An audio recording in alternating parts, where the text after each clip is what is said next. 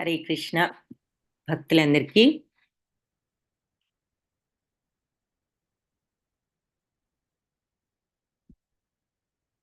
ISKCON Bengaluru వారి 18 రోజులు గీతా క్లాస్లో 16వ రోజు అందరికీ స్వాగతం.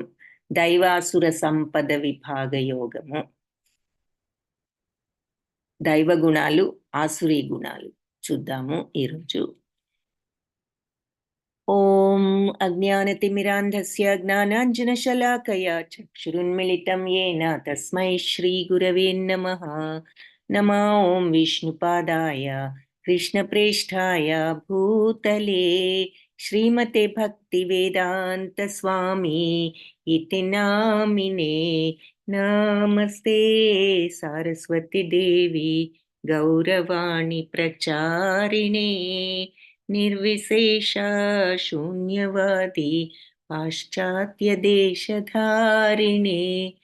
హే కృష్ణ కరుణా సింధో దీనబంధో జగత్పతే గోపేశ గోపికా కాంత రాధా కాంత నమోస్తుతే. తప్త కాంచన గౌరాంగీ రాధే బృందావనేశ్వరి వృషభానుసుతే దేవి ప్రణమామి హరిప్రియే.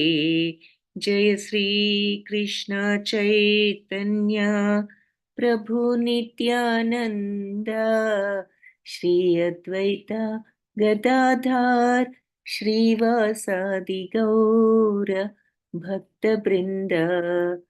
హరే కృష్ణ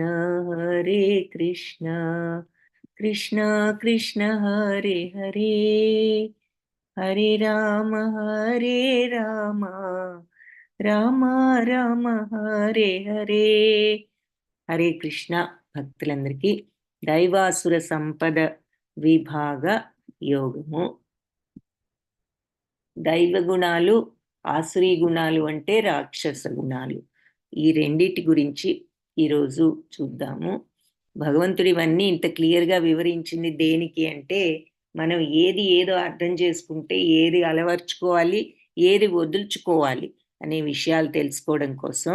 అందుకని ఈ చాప్టరు మనం రోజువారీ, ఇది నెక్స్ట్ చాప్టరు, కొంత భాగం 18th చాప్టర్ కూడా మనం మన నిత్య జీవితంలో ఏ రకమైన విషయాలను పెంచుకోవాలి, అలవర్చుకోవాలి, ఏ రకమైన విషయాలను వదిలించుకోవాలి అనే విషయం, అనే ఇన్ఫర్మేషన్ చూస్తాం. కాబట్టి ఈ చాప్టర్స్ ఆ రకంగా మనకి ప్రాక్టికల్గా చాలా ఉపయోగపడే చాప్టర్స్ ఇవి. సో దైవ గుణాలు, ఆసురీ గుణాలు. దైవ గుణాలు మొట్టమొదటగా చెప్తారు భగవాను వాచ.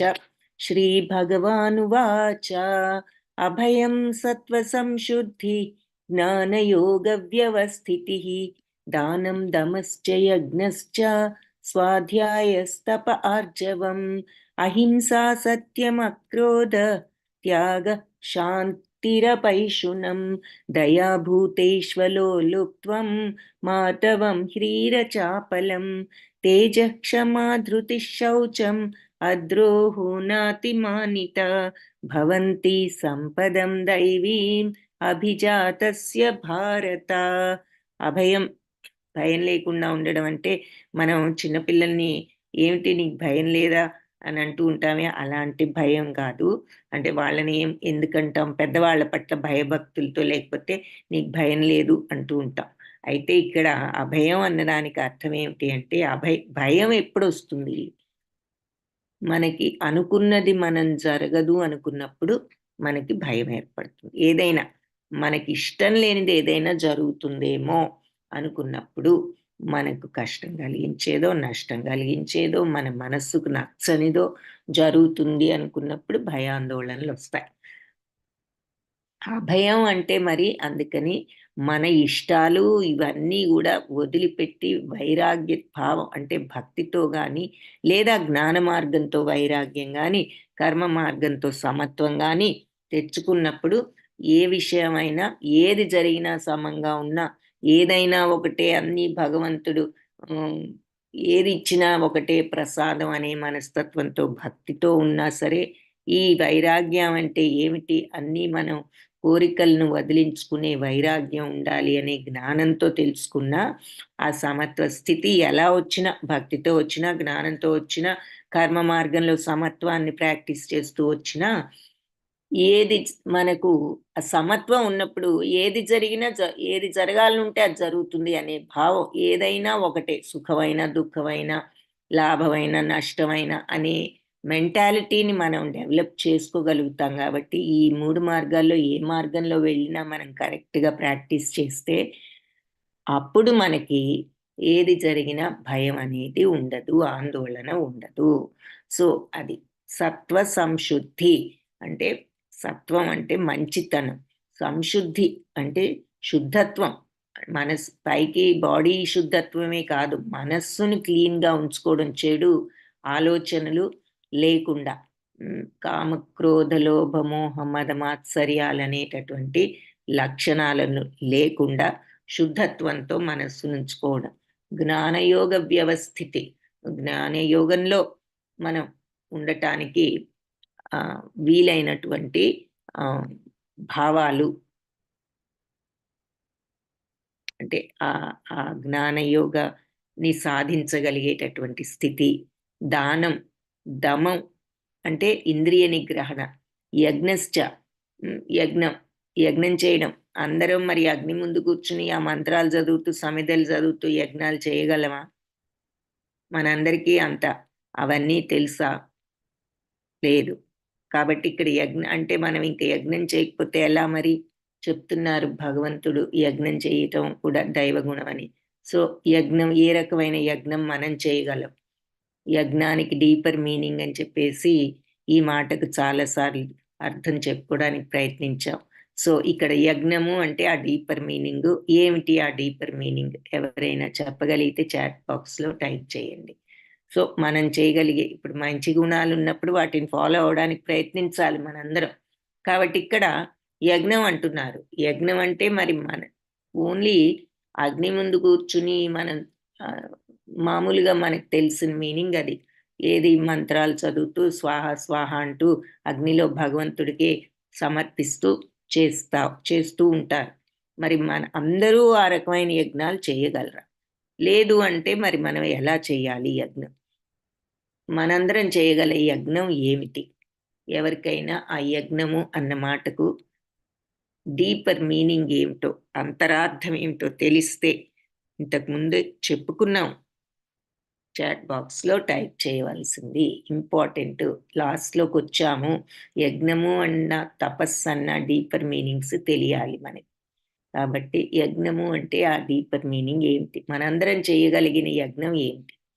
స్వాధ్యాయ అంటే వేదవాంగ్మయాన్ని పారాయణ చేయడం, వేదాలను పారాయణ చేయడం స్వాధ్యాయం అంటారు. తపస్సు అంటే ఏమిటి? మరి మనందరం ఇదివరకే మునులు వాళ్ళు ముక్కు మూసుకుని మరి నెలలు సంవత్సరాలు వాళ్ళు అరణ్యంలో కూర్చుని తపస్సు చేసేవారు. అవన్నీ మనం చేయగలమా? మరి మనం చేసే తపస్సు ఏమిటి? ఆర్జవం. సో సరళ స్వభావం. తర్వాత అహింస, సత్యం. అహింస అంటే మరి మనుష్యుల్నే కాదు, ఏ జంతువును కూడా హింసించకుండా ఉండటం. సత్యం. అక్రోధం అంటే క్రోధం లేకుండా, కోపం లేకుండా ఉండటం. త్యాగము అంటే ఏదైనా మనం వదులుకోవడానికి సిద్ధపడటం, ఈ కోరికలను వదులుకోవడానికి సిద్ధపడటం, ఏదైనా త్యాగం. శాంతి, మరి ఎప్పుడు కూడా శాంతంగా ఉండడం. ఆ తర్వాత అపైశునం అంటే ఎదుటి వాళ్ళ మీద చాడీలు చెప్పకుండా ఉండటం. మరి మనం చాలా వరకు ఎప్పుడు ఎదుటి వాళ్ళ తప్పులు వెతుకుతూ ఉంటాం. మనలో ఉన్న తప్పులను మనం ఎప్పుడు కూడా గమనించుకో. కాబట్టి ఎదుటి వాళ్ళ తప్పులు వెతకకుండా ఉండటం.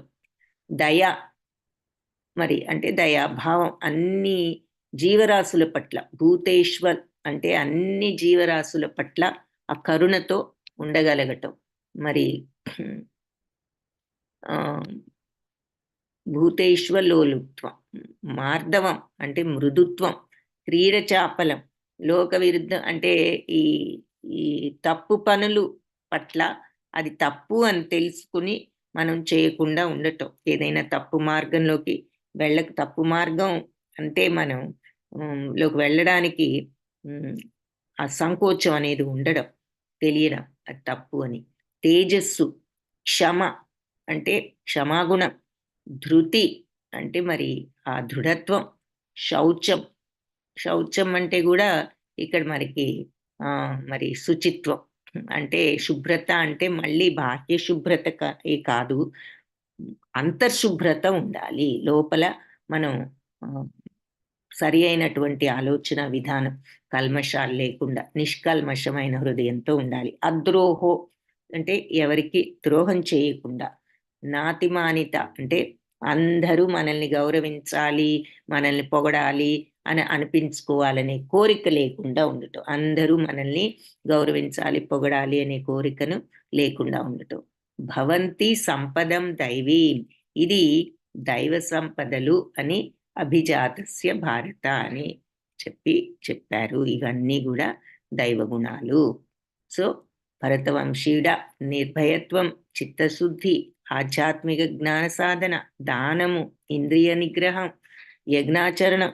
యజ్ఞం అంటే ఏమిటి అన్నది ఎవ్వరూ చెప్పలేదు, ఒక్క ఆన్సర్ కూడా రాలే. 1 2 వచ్చాయి. Very good, I'm sorry. కర్మ ఫలితం కృష్ణ ప్రసాద్ ప్రభుజీ.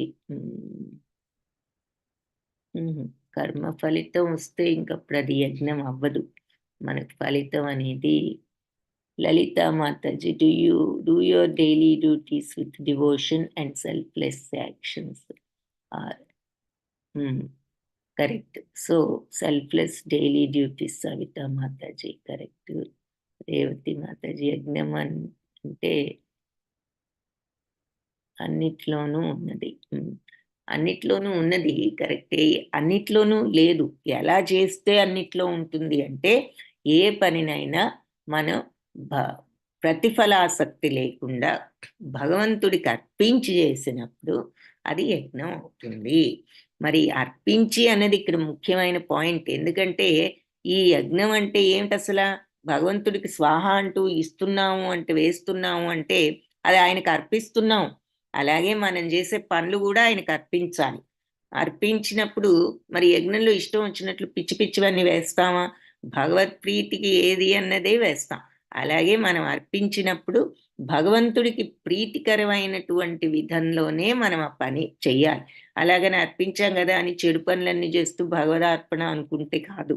సో చెయ్యవలసిన మంచి పనులే భగవత్ ప్రీత్యర్థం భగవదర్పణం చేసి, భగవదర్పణం ఏదైనా అర్పణం అంటే ఏమిటి? మళ్ళీ మనం దానిని మీ నుంచి వచ్చే ప్రతిఫలాన్ని మనది కాదు, అది ఎవరికైతే ఇచ్చామో వాళ్ళదే అది.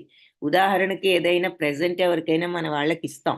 ఇచ్చిన తర్వాత ఇచ్చి అది నాదే, అది నాదే, నేనే ఇచ్చాను అనుకుంటే ఆ ఇచ్చిన ఫలితం ఏమి ఉండదు.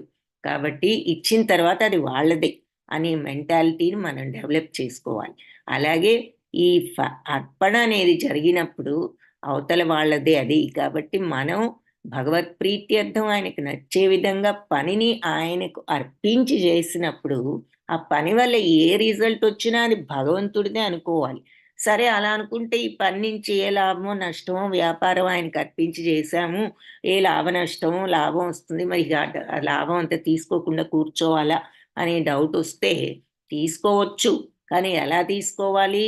సమత్వంతో తీసుకోవాలి. First point. నష్టమైనా అలాగే తీసుకోవాలి. సెకండ్ పాయింట్, ఎందుకు తీసుకుంటున్నాం? అది ఆయనది కదా అని డౌట్ వస్తే ఆయన ప్రసాదం మనకిచ్చారు, ప్రసాదం అంటే మనస్తత్వంతో తీసుకోవాలి. సో ఇది భగవత్ ప్రసాదం అనే మెంటాలిటీ. ప్రసాదం అన్నప్పుడు మనకి మంచి లేదు, చెడు లేదు, అందులో ఇష్టము లేదు, అయిష్టము లేదు. ప్రసాదం అంటే ఈ ఎగ్జాంపుల్ కూడా చెప్పుకున్నాం. మన చిన్నప్పుడు ప్రసాదం ఏదైనా ఉంటే కొన్ని ప్రసాదాలు మనకి ఇష్టం లేని ఉంటాయి. ఇది నాకు వద్దు, ఇష్టం లేదంటే ఏమంటారు మన పెద్దవాళ్ళు? తప్పలా అనకూడదు, ప్రసాదం తినాలి అంటారు. అలాగే ఈ ప్రసాదం కూడా నష్టమైనా సరే అది ప్రసాదమే, భగవంతుడి ప్రసాదం తీసుకోవాలి అదే మెంటాలిటీతో. లాభమైనా సరే అది భగవత్ ప్రసాదం, అదే మెంటాలిటీతో తీసుకోవడం. లాభం వస్తే పొంగిపోవడం, నష్టం వస్తే కృంగిపోవడం కాకుండా ఏదొచ్చినా భగవత్ ప్రసాదం అని స్వీకరించడమే యజ్ఞము. అలా చేస్తే పని. సో భగవదర్పితం, భగవత్ ప్రీత్యర్థం, ప్రసాద భావంతో వచ్చిన దాన్ని ఆ రకంగా ప్రసాదంలాగా స్వీకరించడం. ఇది యజ్ఞం. మనం ఈ యజ్ఞం అయితే చేయగలం, ప్రాక్టీస్ చేస్తే, సాధనతో మనం అది చేయొచ్చు. సో అది ఇక్కడ యజ్ఞం అంటే అర్థం. ఇంద్రియ నిగ్రహం, వేద పఠనం, స్వాధ్యాయం అన్నారు. స్వాధ్యాయ అంటే వేద వాగ్మయాలను పఠించడం. తపస్సు, తపస్సు అంటే డీపర్ మీనింగ్ ఏంటి ఎవరైనా చెప్పగలిగితే చాట్ బాక్స్లో టైప్ చేయండి. ఈ యజ్ఞము అంటే ఏ పనైనా భగవంతుడికి అర్పించి ప్రతిఫలాసక్తి లేకుండా ఉండగలగటం. తపస్సు అంటే ఏమిటి? సరళ స్వభావము చాట్ బాక్స్లో టైప్ చేయండి. ఇంకా నెక్స్ట్ సరళ స్వభావం, అహింస అంటే మరి మళ్ళీ ఏ జంతువుని కూడా, మనుషుల్ని కాదు ఏ జంతువుని హింసించకుండా ఉండటం, ఏ జీవిని. ఆ తర్వాత మనస్సును కూడా మాటలతో కూడా బాధ పెట్టకుండా ఉండటం. అంటే శారీరకంగా ఒకరిని హింసించడమే కాదు, మానసికంగా కూడా ఎవరిని హింసించకూడదు. సత్యము, కోపం లేకుండా ఉండడం. మరి అదొక పెద్ద శూనం. కోపం ఉంది అంటే మనకి అన్ని రకాల దుర్గుణాలు వస్తాయి. త్యాగము, శాంతి, చాడీలు చెప్పకుండా ఉండటం ఎదుటి వాళ్ళ మీద.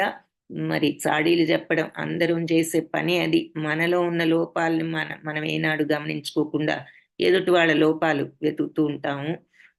అందరి అలా కాకుండా మన లోపాలను మనం చూసుకుని ఎదుటి వాళ్ళ లోపాలను మనం మర్చిపోవడానికి ప్రయత్నించాలి.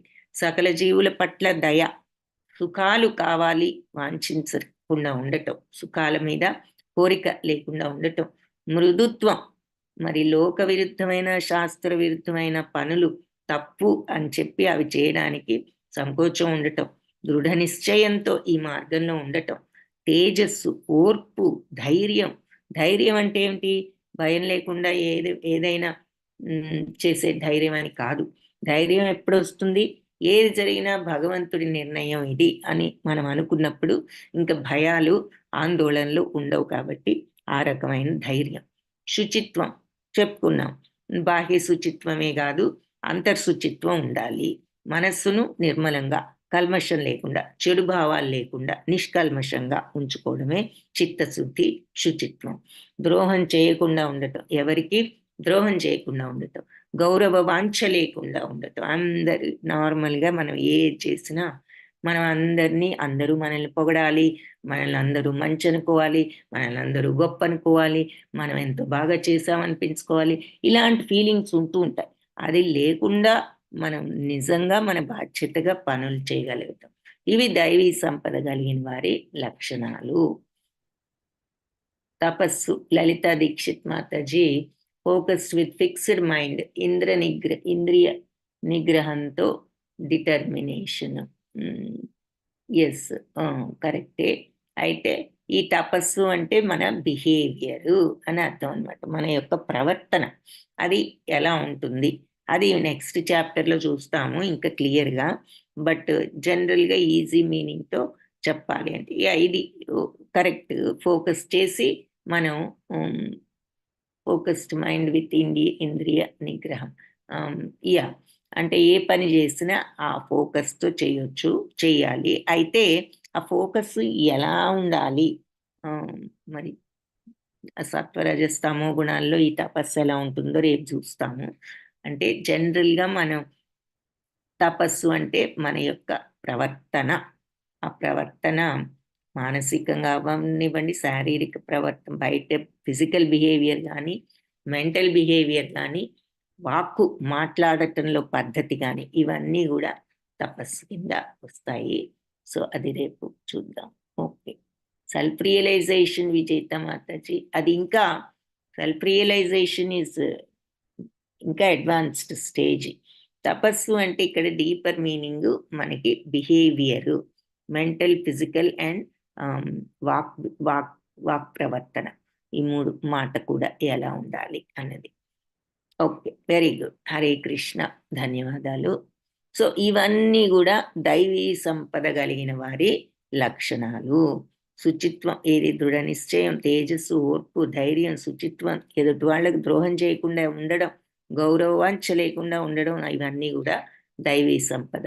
నిర్భయత్వం, చిత్తశుద్ధి, ఆధ్యాత్మిక జ్ఞాన సాధన, దానం, ఇంద్రియ నిగ్రహం, యజ్ఞాచరణం, వేద పఠనం, తపస్సు, సరళ స్వభావం, అహింస, సత్యము, కోపం లేకుండా ఉండటం, త్యాగం, శాంతి, చాడీలు చెప్పకుండా ఉండటం, అన్ని జీవుల పట్ల దయ, సుఖాలు కావాలని కోరుకోకుండా ఉండటం, అంటే ఈ భౌతిక సుఖాల పట్ల ఉన్నటువంటి ఆ ప్రలోభాన్ని వదులుకోవడం, మృదువుగా ఉండడం, లోక విరుద్ధమైన పనులు చేయకుండా ఉండాలని తెలిసి ఉండడం, దృఢ నిశ్చయంతో ఉంటూ తేజస్సు, ఓర్పు, ధైర్యం, శుచిత్వం, ఎవరికి ద్రోహం చేయకుండా ఉంటూ గౌరవ వాంఛ లేకుండా ఉండడం దైవ గుణాలు, దైవీ సంపద కలిగిన వారి లక్షణాలు. ఇప్పుడు దానవ గుణాలు కొన్ని చెప్తున్నారు. దంభోదర్పోభిమానశ్చ, క్రోధ పారుష్యమేవ చ, అజ్ఞానం చాభిజాతస్య పార్థ సంపదమాసురీం. దంభం, గర్వం, దర్పం, పొగరు, అభిమానం, దురహంకారం, క్రోధం, కోపం, పారుష్యం అంటే మొరటుతనం అంటున్నారు, కటుత్వం, ఇవన్నీ కూడా, మరియు అజ్ఞానం అనేవి అభిజాతస్య పార్థ సంపదం ఆసురీ సంపదలు అంటే రాక్షసుల గుణాలు పార్థ అని చెప్తారు అని చెప్తున్నారు. రాక్షస గుణం వల్ల వచ్చే గుణాలు గర్వం, పొగరు, దురహంకారం, క్రోధం, కోపం, అన్నిటికంటే పెద్ద దురలవాటు, మొరటుతనం, అజ్ఞానం, ఇవన్నీ కూడా ఆసురీ స్వభావం ఉన్న వాళ్ళ లక్షణాలు. ఏమిటి అంటే మళ్ళీ ఒకసారి ఈ నలుగురు ఎవరైనా చెప్పగలిగితే చాట్ బాక్స్ లో టైప్ చేయండి. వీళ్ళని ఆసురీ స్వభావానికి సంకేతంగా చూపిస్తున్నారు.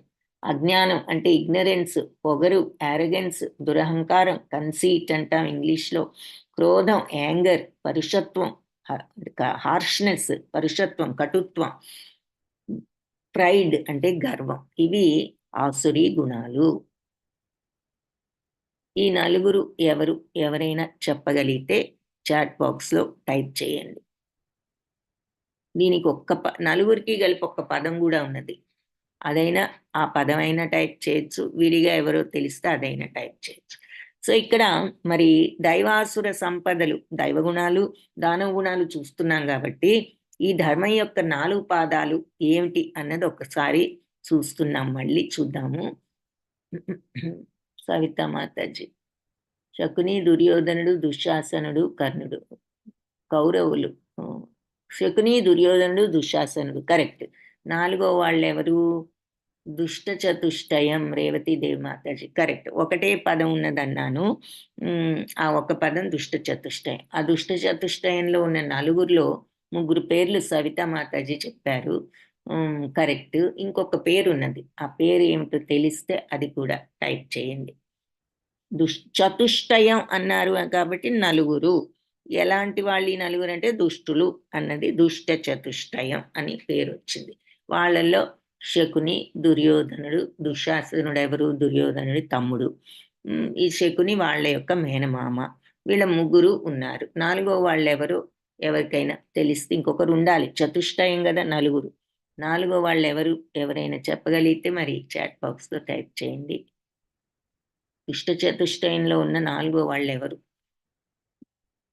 ఇక ధర్మం యొక్క 4 స్తంభాలు, పాదాలు ఏమిటి అంటే మొట్టమొదటిది మరి దయాభావం, అంటే మరి ఏ జీవిని కూడా హింసించకుండా ఉండటం.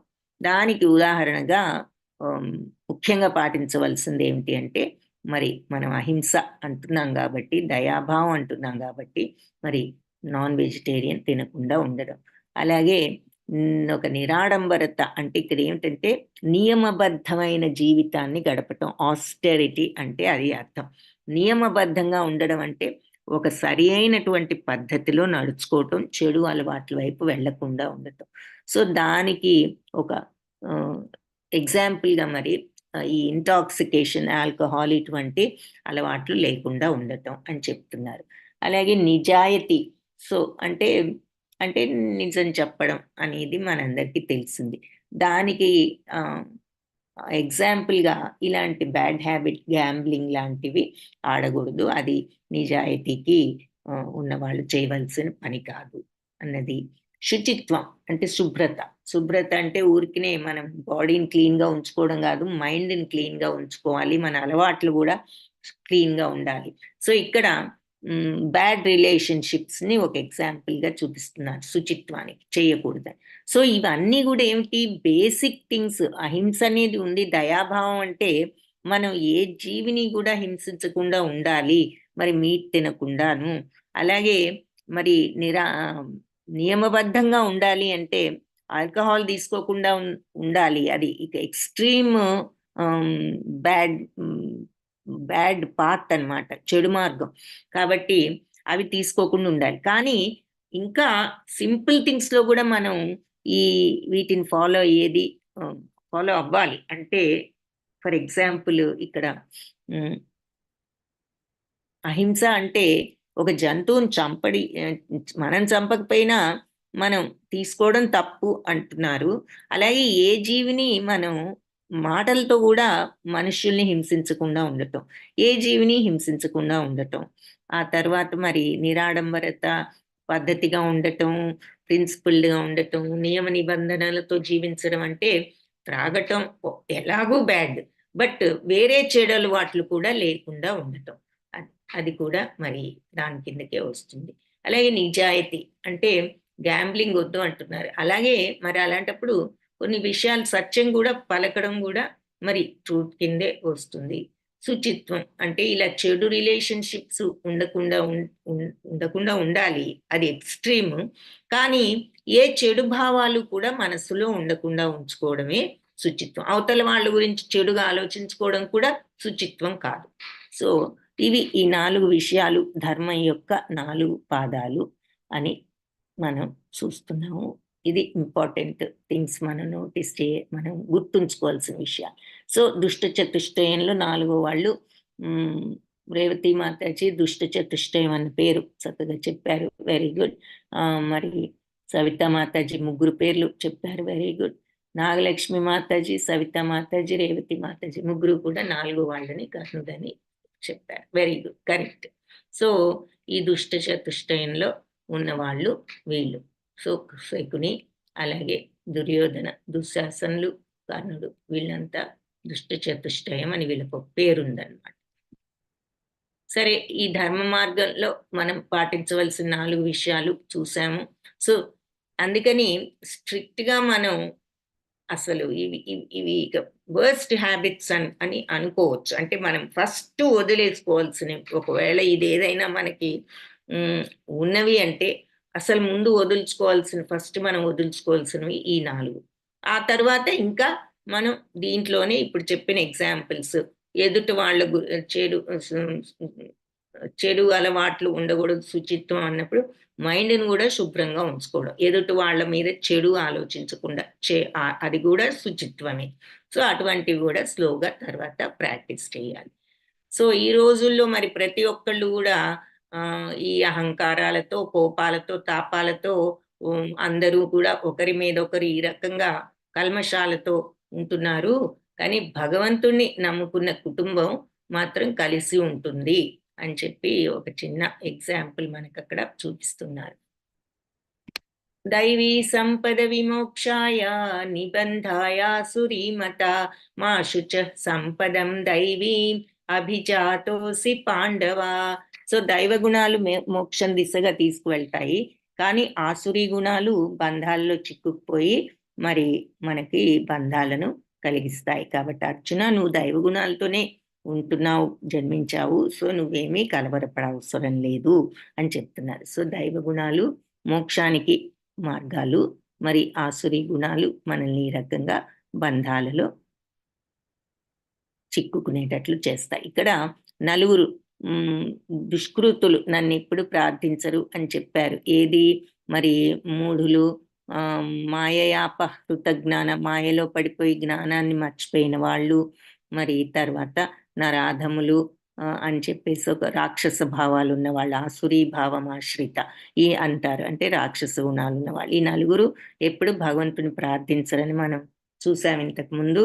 అది చూపిస్తున్నారు. నలుగురు నన్ను ప్రార్థించే వాళ్ళెవరు అంటే మరి ఆర్తులు, కష్టాల్లో ఉన్నవాళ్ళు, జిజ్ఞాసులు, కుతూహలంతో ఉన్నవాళ్ళు, సంపద కోసం ప్రార్థించే వాళ్ళు.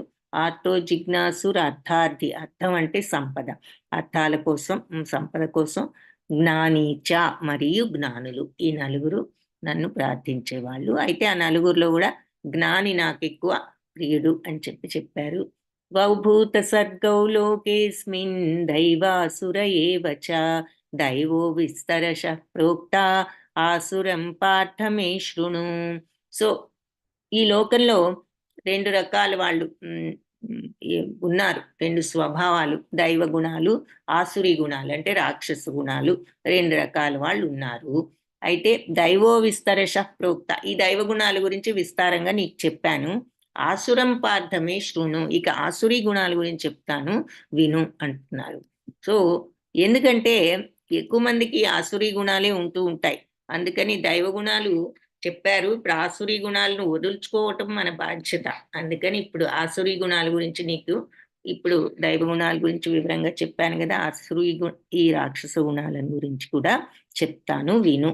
ప్రవృత్తిం చ నివృత్తిం చ జనానా విదురాసురాః, న శౌచం నాపి చాచారో న సత్యం తేషు విద్యతే.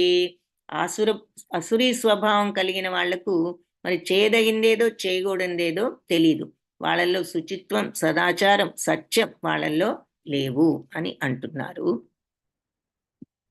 అసత్యమప్రతిష్టం తే జగదాహురనీశ్వరం, అపరస్పర సంభూతం కిమన్యత్ కామహైతుకం. వాళ్ళు ఈ జగత్తంతా కూడా అసత్యము, ఆధారము, అధిపతి లేనిది అని అంటారు. మరి ఏదో ఈ మైదున కోరికల కోసమే ఇది తయారైంది. ఈ జగత్తు అసత్యం, అప్రతిష్టం, జగదాహురనీశ్వరం, దీనికి ఏమి ఒక ఈశ్వరుడు అనేవాడు లేరు, అధిపతి. అపరస్పర సంభూతం, ఏదో యాదృచ్ఛికంగా ఇది పుట్టింది. కిం అన్యత్ కామహైతుకం, అంటే కామం కోసం, కోరికలు తీర్చుకోవడానికి కోసమే ఉన్నది ప్రపంచం. వేరే కిం అన్యత్, ఇక వేరే రీజన్ ఏది, అన్యమైన రీజన్, ఇతర రీజన్ ఏది లేదు అని అనుకుంటూ ఉంటారు వాళ్ళు. సో అని చెప్తున్నారు. ఏతాం దృష్టిమవష్టభ్య నష్టాత్మానో అల్పబుద్ధయః, ప్రభవంతి ఉగ్రకర్మాణ క్షయాయ జగతో అహితాః. ఈ దృష్టితో వాళ్ళు నష్టాత్ములైపోయి అల్పబుద్ధితో, ఏ దృష్టితో ఈ జగత్ ఏదో యాదృచ్ఛికంగా పుట్టింది, దీనికి ఎవరో అధిపతి లేడు, మనం ఇక్కడ ఉన్నది మన కోరికలు తీర్చుకోవడానికే అనేటటువంటి భావంతో ఉంటారు. అలాంటి భావాలతో వాళ్ళు ఏం చేస్తారు, నష్టాత్ములైపోయి, నష్టాత్ములంటే మనస్సు బుద్ధి కూడా చెడు మార్గంలో ఉండటం. ఆత్మ అంటే ఇక్కడ మనోబుద్ధుల్ని రిఫర్ చేస్తున్నారు. సో ప్రతి చోట ఆత్మకు మనస్సును కానీ బుద్ధిని కానీ ఒక్కొక్కసారి ఆత్మ అని రిఫర్ చేయటం చూస్తాం మనం భగవద్గీతలో. ఇక్కడ ఆత్మ అన్నప్పుడు మనోబుద్ధులు. సో మనోబుద్ధులని చెడు వైపుకు మరల్చి అల్పబుద్ధులైపోయి ప్రభవంతి ఉగ్రకర్మలు చేయడంలో నిమగ్నం అయిపోతారు. క్షయాయ, కష్టపెడుతూ ఉంటారు. జగతో అహిత అంటే జగత్తుకు హితం కానటువంటి ఉగ్రకర్మల్లో వాళ్ళు నియుక్తులవుతూ ఉంటారు. కాబట్టి ఇలా జగత్తంతా మన కోరికల కోసమే ఉంది అనే ఉద్దేశంతో వాళ్ళు ఈ తప్పుబాలో పట్టిన జీవాత్మలు అల్పబుద్ధితో క్రూర కార్యాలతో, ఉగ్రకర్మలు అన్నారు కదా, భయంకరమైన పనులతో ప్రపంచానికే శత్రువుగా మారి ప్రపంచానికి కీడు కలిగించేవి దారుణమైన పనుల్లో పాల్గొంటారు. ఇక్కడ ఒక బాంబును చూపిస్తున్నారు. ఇక అది కూడా ఎక్స్ట్రీమ్ సిచ్యువేషన్. ఒక దేశం ఇంకో దేశం మీద బాంబు వేసి వేలాది మందిని చంపడం, మరి అది ఎక్స్ట్రీమ్ రాక్షస గుణం. అయితే చిన్న చిన్న విషయాల్లో కూడా మనం అవతల వాళ్లకు కీడు చేసే పనులు కానీ, అవతల వాళ్ళని బాధ పెట్టే పనులు కానీ, వాళ్ళకి చెడు చేసే పనులు కానీ చేయకూడదు. మనం బాంబు వేయడం లేదు కాబట్టి మనం మంచి వాళ్ళమే అనుకోవడానికి లేదు. మనం అవతల వాళ్ళ గురించి వాళ్ళకి చెడు జరగటానికి ఏదైనా పని చేసినా, ఆ చెడు ఆలోచనలు ఉన్నా కూడా అది కరెక్ట్ కాదు. ఆసురీ స్వభావాల వాళ్ళ నమ్మకాలు, శాస్త్రాలను అనుసరించరు. వారికి చేయదగినవి కానీ చేయకూడనివి కానీ ఏమిటో తెలియదు. ఇక్కడ మళ్ళీ ఒకసారి చెప్తున్నారు సమ్మరి. నేనే సమగ్రుడను, నేనే శక్తివంతుడును అనుకుంటారు. వాళ్ళ ప్రవర్తన కూడా అంత సభ్యంగా ఉండదు, అసత్యవంతులు. తర్వాత అపరిశుభ్రత అంటే బాడీయే కాదు మైండ్, వాళ్ళు నియమాలని ఇష్టపడుతూ పాటించరు. నేను అంటే మంచి అలవాట్లలో వెళ్ళడం వాళ్ళకి నచ్చదు. నేనే సర్వనియంత్రకుడను, నేనే భోక్తను, అన్నీ నా కోసమే, నేను ఎంజాయ్ చేయడానికే నేను ఇక్కడ ఉన్నది. అంతేగాని ఒకళ్ళకి అర్పించడం అనే భావం గాని, ఆ ప్రశ్నే వాళ్ళల్లో ఉండదు. ఇంకా భగవద్ అర్పితం అనేది అసలు ఉండదు. అసలు భగవంతుడు అనేవాడు ఏముంది, ఇది యాదృచ్ఛికంగా పుట్టింది అనే మెంటాలిటీతో ఉంటారు. స్వీయ కేంద్రీకృతం అంటే సెల్ఫ్ సెంటర్డ్నెస్, ఎంతసేపు వాళ్ళ గురించే ఆలోచన, వాళ్ళ కోరికలు, వాళ్ళ సుఖాలు, ఇంకా వేరే ఆలోచన లేకుండా ఉంటారు. సో వీళ్ళ వైఖరి, ఆసురీ స్వభావాల వైఖరి కూడా వివరిస్తున్నారు. మరి ఇంద్రియ సంతృప్తే మానవ నాగరికత ప్రధాన అవసరం. సో మనం ఇప్పుడు ఉన్నాము, మనం ఏమిటి అంటే మనం ఇంద్రియాలను తృప్తిపరచుకోవడానికే ఉన్నాము. మరి లెక్కలేనన్న ఆందోళనలు ఎందుకు, వేలాది కోరికల వలయంలో కామక్రోధాలలో నిమగ్నమై ఉంటారు. ఇంకా ఇంద్రియాలను తృప్తిపరచుకోవాలి అనుకుంటే ఇంకా దానికి అంతే ఉంది. ఇంద్రియాల ప్రలోభాలు అంతులేనివి. చూసినవన్నీ కావాలనిపిస్తోంది అనిపిస్తుంది, ఎన్నో ప్రలోభాలు కలుగుతూ ఉంటాయి. కాబట్టి ఆ వేలాది కోరికల వలయంతో ఇక కోరికలు వచ్చినప్పుడు కామం, అది క్రోధం వస్తుంది. మనం కొన్ని తీర్చుకోగలుగుతాం, ఎంతటి వాళ్ళైనా కొన్ని తీర్చుకోలేనివి ఉంటాయి. అన్నీ కూడా ధనంతో అన్ని కోరికలు తీరవు కాబట్టి, ఎలాంటి వాళ్ళకైనా తీరనివి కొన్ని, ఆ ప్రలోభాలు ఎక్కువైనప్పుడు కొన్ని తీరవు. కాబట్టి తీరనప్పుడు ఏమవుతుంది, కోపంలోకి వెళ్తాం. సో ఈ కామ క్రోధలోభ ఇవన్నీ వస్తాయి. సో ఈ కోరికలతో, వేలాది కోరికలతో, కామక్రోధాలతో నిమగ్నమై ఎప్పుడు ఆ పొజిషన్లోనే, అలాంటి స్థితిలోనే ఉంటారు. లెక్కలేనన్న ఆందోళనలు, ఇది ఎలా చేయాలి ఏమిటి అని ఆ కోరికల వల్ల ఆందోళనలు. ఇంద్రియ సంతృప్తి కోసం చట్టవిరుద్ధ మార్గాల ద్వారా డబ్బును భద్రపరుచుకుంటారు. భగవంతుడే చెప్పారు ఈ విషయం.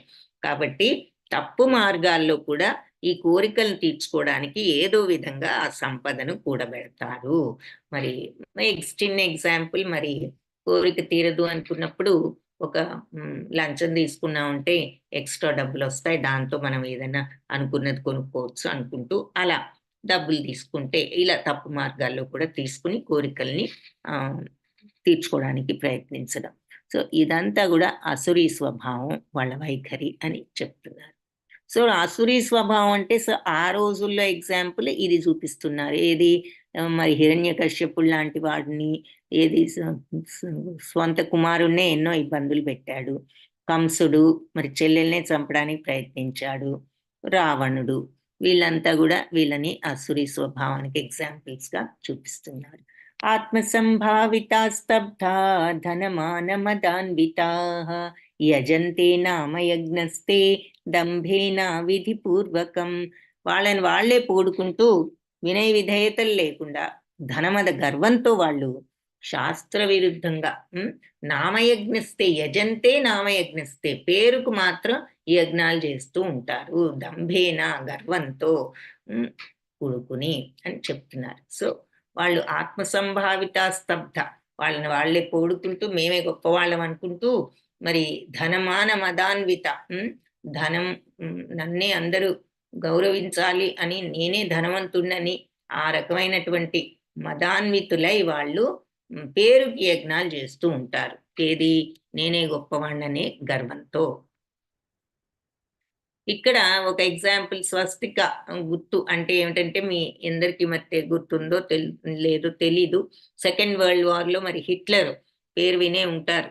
అతను మరి ఈ గుర్తుతో అందరినీ, చాలా మందిని హింసించి చంపడం జరిగింది. ఎందుకు, ఆ గర్వం, నేనే మొత్తాన్ని ఆక్యుపై చేసి అందరికీ నేనే పెద్ద పాలించాలి, మొత్తం ఈ భూమిని అంతటిని పాలించాలనేంత దురాశ ఉండేది. అందరినీ బలవంతంగా చంపడం కూడా చేయడం జరిగింది. అందుకని అది ఎగ్జాంపుల్ గా చూపిస్తున్నారు. వాళ్ళని వాళ్లే పొగుడుకుంటూ వినయ విధేయతలు లేకుండా ధనమద గర్వంతో పేరుకి, శాస్త్ర విరుద్ధంగా పేరుకి యజ్ఞాలు చేస్తారు. అంటే అది నిజమైన యజ్ఞం కూడా కాదు, అది ఇక తమోగుణ యజ్ఞం అవుతుందన్నమాట. రేపు చూస్తాం ఆ మీనింగ్స్.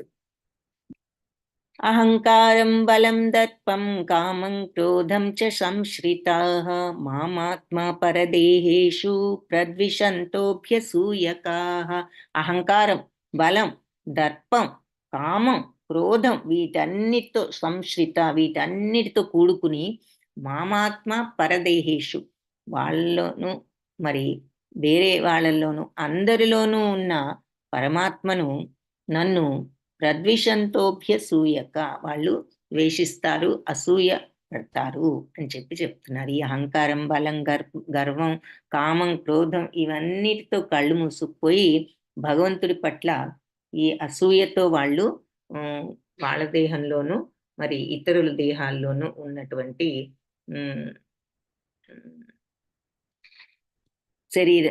ఉన్న నన్ను ద్వేషిస్తారు. ఇక్కడ ఉదాహరణగా మరి శిశుపాలుని చూపిస్తున్నారు. శిశుపాల వధ మీ అందరికీ తెలిసే ఉంటుంది కదా స్టోరీ. వీళ్ళు రాజసూయ యాగం చేసినప్పుడు అక్కడ పాండవులు శ్రీకృష్ణుడికి అగ్రతాంబూలం ఇస్తారు. ఎందుకంటే ఎవరు అందరిలోకి అగ్రులో వాళ్ళకి ఆ తాంబూలం ఇవ్వాలి. సో వాళ్ళు భగవంతుడికి ఇవ్వాలని నిర్ణయించుకున్నప్పుడు ఈ శిశుపాలుడు చాలా ఈర్ష్యతో మరి ఎప్పుడు శ్రీకృష్ణుడి పట్ల ఈర్ష్యా కోపాలతో ఉండేవాడు. మరి మీరు ఇంతమంది రాజులు, ఇంతమంది పెద్దవాళ్ళు, గొప్ప గొప్ప రాజులు, గురువులు వీళ్ళంతా ఉంటే మీరు వీళ్ళందరినీ వదిలేసి ఈ యాదవుడికి ఇస్తున్నారేమిటి అని చెప్పి రకరకాలుగా తూలనాడటం మొదలుపెట్టి మాట్లాడి చివరికి మరి అన్ని రకాల తూలనాడటంతో 100 తప్పుల వరకు అతన్ని క్షమించి అతని తల్లికి ఇచ్చిన మాట ప్రకారం ఆ తరువాత ఇక మరి అతని తలను సుదర్శన చక్రంతో వధించడం మనం చూస్తాము స్టోరీ. అది ఇక్కడ చూపిస్తున్నారు. అంటే ఆ ద్వేషం ఉన్నది కాబట్టి. సో వీళ్ళ అహంకార, బల, గర్వం, కామం, క్రోధంతో కళ్ళు మూసుకుపోయి భగవంతుడి పట్లే అసూయ పడుతూ వాళ్ళల్లోనూ అందరిలోనూ ఎదుటి వాళ్ళలోనూ ఉన్న భగవంతుడిని వాళ్ళు ద్వేషిస్తారు. ఆసురీం యోనిమాపన్నా మూఢ జన్మని జన్మని మామప్రాప్యైవ కౌంతేయ తతో యాంత్యధమాం గతిం. సో ఈ ఆసురీ గుణాల్లోనే వాళ్ళు జన్మ జన్మలకి ఈ మూఢులు జన్మిస్తూ ఉంటారు. ఇక ఇలాంటి భావాలతో ఉన్నప్పుడు వాళ్ళు జన్మ జన్మలకి ఈ ఆసురీ భావాలతో ఉంటే వాళ్ళు జన్మ జన్మలకి ఇలాంటి ఆసురీ దాంట్లో ఉన్నప్పుడు మాం అప్రాప్యైవ కౌంతేయ, నన్ను ఏ జన్మలో కూడా వాళ్ళు పొందలేరు. తతో యాంతి, అలాగే వాళ్ళు క్రమంగా అధమగతిని పొందుతారు అని చెప్పి తరువాత వాళ్ళు అధోగతి పాలు అవుతారు. కాబట్టి ఈ ఆసురీ జీవజాతుల్లోనే ఇక వాళ్ళు జన్మ జన్మలకు జన్మిస్తూ ప్రతి జన్మలో ఆ ఆసురీ జీవులలోనే జన్మిస్తూ ఇలాంటి వాళ్ళు నన్ను ఎప్పటికీ కూడా ప్రాప్తి పొందలేరు, నన్ను చేరుకోలేరు. క్రమంగా వాళ్ళు అధోగతి పాలు అవుతారు అని చెప్పి చెప్తున్నారు. త్రివిధం నరకస్యేదం ద్వారం నాశనమాత్మనః కామ క్రోధస్తథా లోభ తస్మాద్ ఏతత్రయం త్యజేత్. చాలా ఇంపార్టెంట్ శ్లోక ఇది. భగవద్గీతలో ఏ ఒక్క శ్లోకాన్ని గుర్తుంచుకున్నా మనం పర్ఫెక్షన్ పొందొచ్చు అనేది చెప్తూ ఉంటారు. గుర్తుంచుకోవడం అంటే ఫాలో అవ్వటం సిన్సియర్గా. అలాంటి శ్లోకాల్లో ఇదొకటి. మాతాజీ అటెండెన్స్ పోస్ట్ చేశారు. దయచేసి అందరూ అటెండెన్స్ మీద క్లిక్ చేయండి. క్లిక్ చేస్తే కనీసం వెంటనే ఫిలప్ చేయొచ్చు. క్లాస్ అయిన తర్వాత అయినా ఫిలప్ చేయొచ్చేమో, కానీ ఇప్పుడే వెంటనే ఫిలప్ చేస్తే ఇట్ టేక్స్ 1 minute చేసి సబ్మిట్ చేయండి. సో నరకస్యేదం, 3 రకాల నరక ద్వారాలు, నరకానికి తీసుకువెళ్ళే నరక ద్వారాలు 3 ఉన్నాయి. ఇది ఆత్మను నాశనం చేసేవి. ఆత్మ అంటే ఇక్కడ ఆత్మ కాదు, ఇక్కడ కూడా ఆత్మ అంటే మనస్సు, బుద్ధి. మన విచక్షణను పోగొట్టే 3 గుణాలు ఉన్నాయి. అవి ఏమిటంటే నరకానికి దారి తీసే ద్వారాలు 3. ఏమిటవి? కామక్రోధస్తథా లోభ, కామం, క్రోధం మరియు లోభం అంటే దురాశ, ఇంకా ఇంకా కావాలి అని. తస్మాత్, కాబట్టి ఏతత్రయం, ఈ 3ంటిని త్యజేత్, విడిచిపెట్టండి అని భగవంతుడు క్లియర్గా చెప్తున్నారు. కామం, క్రోధం, లోభం అనేవి నరకానికి దారి తీసే 3 ద్వారాలు. ఈ ద్వారాలు ఎలాంటివంటే మన ఆత్మ వినాశనానికి కారణాలు. అంటే బుద్ధి, మనస్సు చెడు మార్గంలోకి వెళ్ళి ఇక మనిషే నాశనం అయ్యేటటువంటి గుణాలు అన్నమాట ఇవి, ఈ కామం, క్రోధం, లోభం. కాబట్టి ఈ మూడింటిని వెంటనే విడిచిపెట్టాలి అని చెప్పి భగవంతుడు చెప్తున్నారు. వెరీ ఇంపార్టెంట్ శ్లోక. సో కామం అంటే ఇక్కడ ఎగ్జాంపుల్గా ద్రౌపది దేవి పట్ల వాళ్ళు చేసినటువంటి పని చూపిస్తున్నారు, ఇన్సల్ట్. అలాగే క్రోధం అంటే మరి దుర్యోధనుడికి పాండవుల పట్ల ఉన్న కోపం, అకారణ కోపం, ఈర్ష్య తప్ప దానిలో ఏమీ రీజన్ కూడా లేదు, వాళ్ళు చేసింది ఏమీ లేదు. తర్వాత గ్రీడ్ అంటే లోభం, అంటే మొత్తం హస్తినాపురం అంతా నాకే కావాలి. వీళ్ళు చివరికి ఒక 5 ఊర్లు ఇవ్వమని అడుగుతారు. ఏమీ వద్దు మాకు, అర్ధరాజ్యం వద్దు, పావురాజ్యం వద్దు, ఏది వద్దు. ఏదో ఉన్నాం గదా క్షత్రియులుగా, మరి నీ యొక్క తమ్ముళ్ళుగా మాకు ఒక్కొక్క ఊరు ఇస్తే, ఒక చిన్న ఊరు చాలు, అది చూసుకుంటూ ఉంటాం, ఇంక మేమేమి అడగం అంటారు. అంటే ఆ ఒక్క ఊరు కాదు గదా, మీకు ఒక్క అంగుళం కూడా ఇచ్చే ప్రసక్తే లేదు అనబట్టే ఈ కురుక్షేత్ర యుద్ధం చేయవలసొచ్చింది. సో ఆ దురాశ అంతా నాకే కావాలి అనేది. అది ఒక ఎగ్జాంపుల్స్‌గా కామక్రోధ లోభం అన్న దానికి ఈ స్టోరీలో ఉన్న విషయాలు చూపిస్తున్నారు ఉదాహరణగా.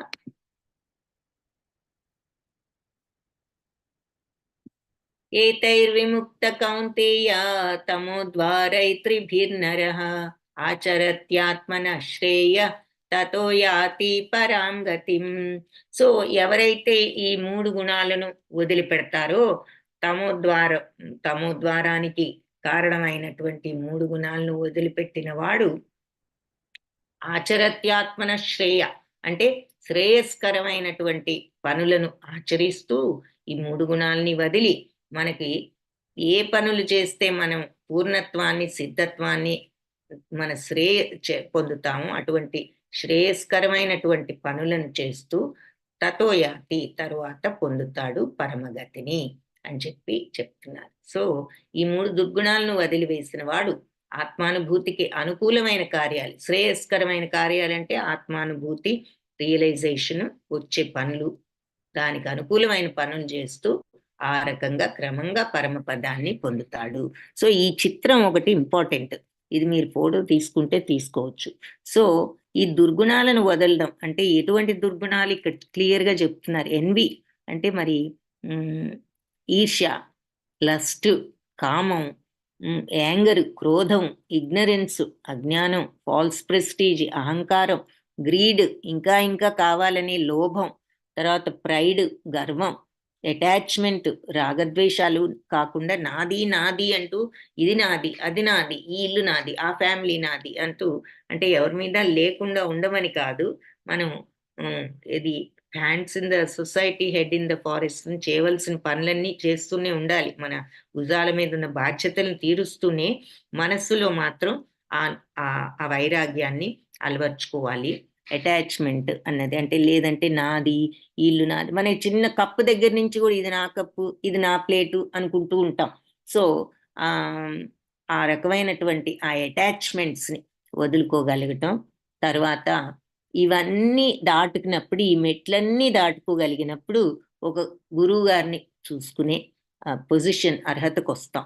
అప్పుడు ఒక గురువుని చూసుకుని, సరి అయిన గురువుని, ప్రామాణికుడైన గురువును, వేదాలు కొంతవరకు చదివి ఆస్టెరిటీ, నియమ నిబంధనలతో జీవిస్తూ మరి సెన్స్ కంట్రోల్, ఇంద్రియ నిగ్రహంతో మనం భగవంతుణ్ణి తెలుసుకోవచ్చు, పొందొచ్చు అని చెప్పి చెప్తున్నారు. అందుకని ఈ కామక్రోధ లోభాలని, ఈ చెడు అలవాట్లన్నిటినీ దాటుకుని ఆ తరువాత ఆత్మానుభూతికి అనుకూలమైన పనులు అంటే గురువును చూసుకోవడం, మరి వేదపారాయణ, నియమ నిబంధనలతో జీవించడం, ఇంద్రియ నిగ్రహంతో, అప్పుడు క్రమంగా పరమపదాన్ని మెల్లగా అమ్మెట్లు దాటుతూ వెళ్తాడు అని చెప్తున్నారు. యశాస్త్ర విధి కాబట్టి ప్రతి అధ్యాయంలో భగవంతుని చేరుకునే మార్గం ఉందంటున్నారు కదా.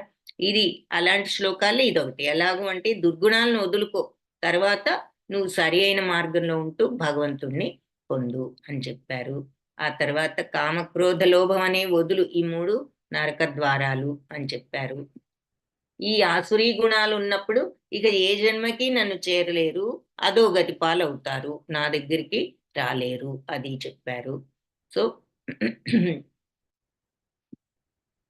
ఎవరైతే ఈ గుణాలన్నిటినీ ఈ కామక్రోధ లోభాలను వదిలి ఆత్మానుభూతికి అనుకూలమైన కార్యాలు చేసినప్పుడు క్రమంగా వాళ్ళు పరమపదాన్ని పొందుతారు. సో ఫస్ట్ పాయింట్, ఈ దుర్గుణాలను వదిలిపెట్టాలి.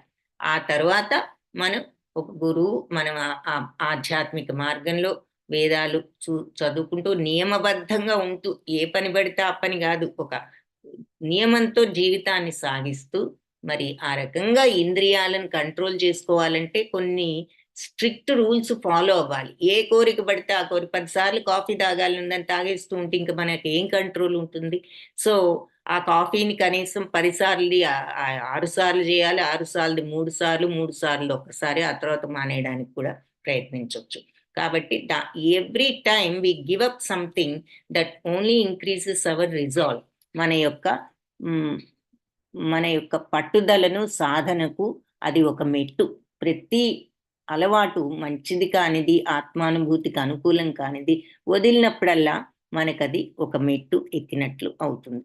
కాబట్టి ఏదైనా ఈ దుర్గుణాలను వదులుకుని ఆత్మానుభూతికి అనుకూలమైన పనులు చేస్తూ ఆ రకంగా క్రమంగా పరమపదాన్ని పొందుతారు. ఎస్, అది నియమబద్ధంగా ఉండడం అంటే ఏ చెడు అలవాట్లున్నా, అది డ్రింకింగ్, స్మోకింగ్ ఇవే కాదు, ఇంకా ఎదుటి వాళ్ళని మాటలు అనడం, హింసించడం, కష్టపెట్టడం, లేదు అంటే అవతల వాళ్ళకి చెడు జరిగే పనులు చేయడం ఈర్ష్యతో, ఇవన్నీ కూడా స్లోగా యాంగర్ ఉంటేనే ఈర్ష్యలు, కోపాలు, తాపాలు వస్తాయి. ఇవన్నీ కూడా తగ్గించుకుని మనం, అందుకని ఈ మార్గంలో ఉండాలి అంటే ముందు భగవంతుడి వైపు కొంచెం ఈ భౌతిక ప్రలోభాలు తగ్గించుకుని భగవంతుడి వైపు మైండ్ని, ఇంట్రెస్ట్ని తిప్పడానికి భగవన్నామ స్మరణ తోడ్పడుతుంది. దాంతో ఈ కోపాలు, తాపాలు కూడా కొంతవరకు, ఈర్ష్యలు క్రమేణా తగ్గుతూ వస్తాయి. సో యశాస్త్ర విధిముత్సృజ్య వర్తతే కామకారతః న సిద్ధిం అవాప్నోతి న సుఖం న పరాం గతిం.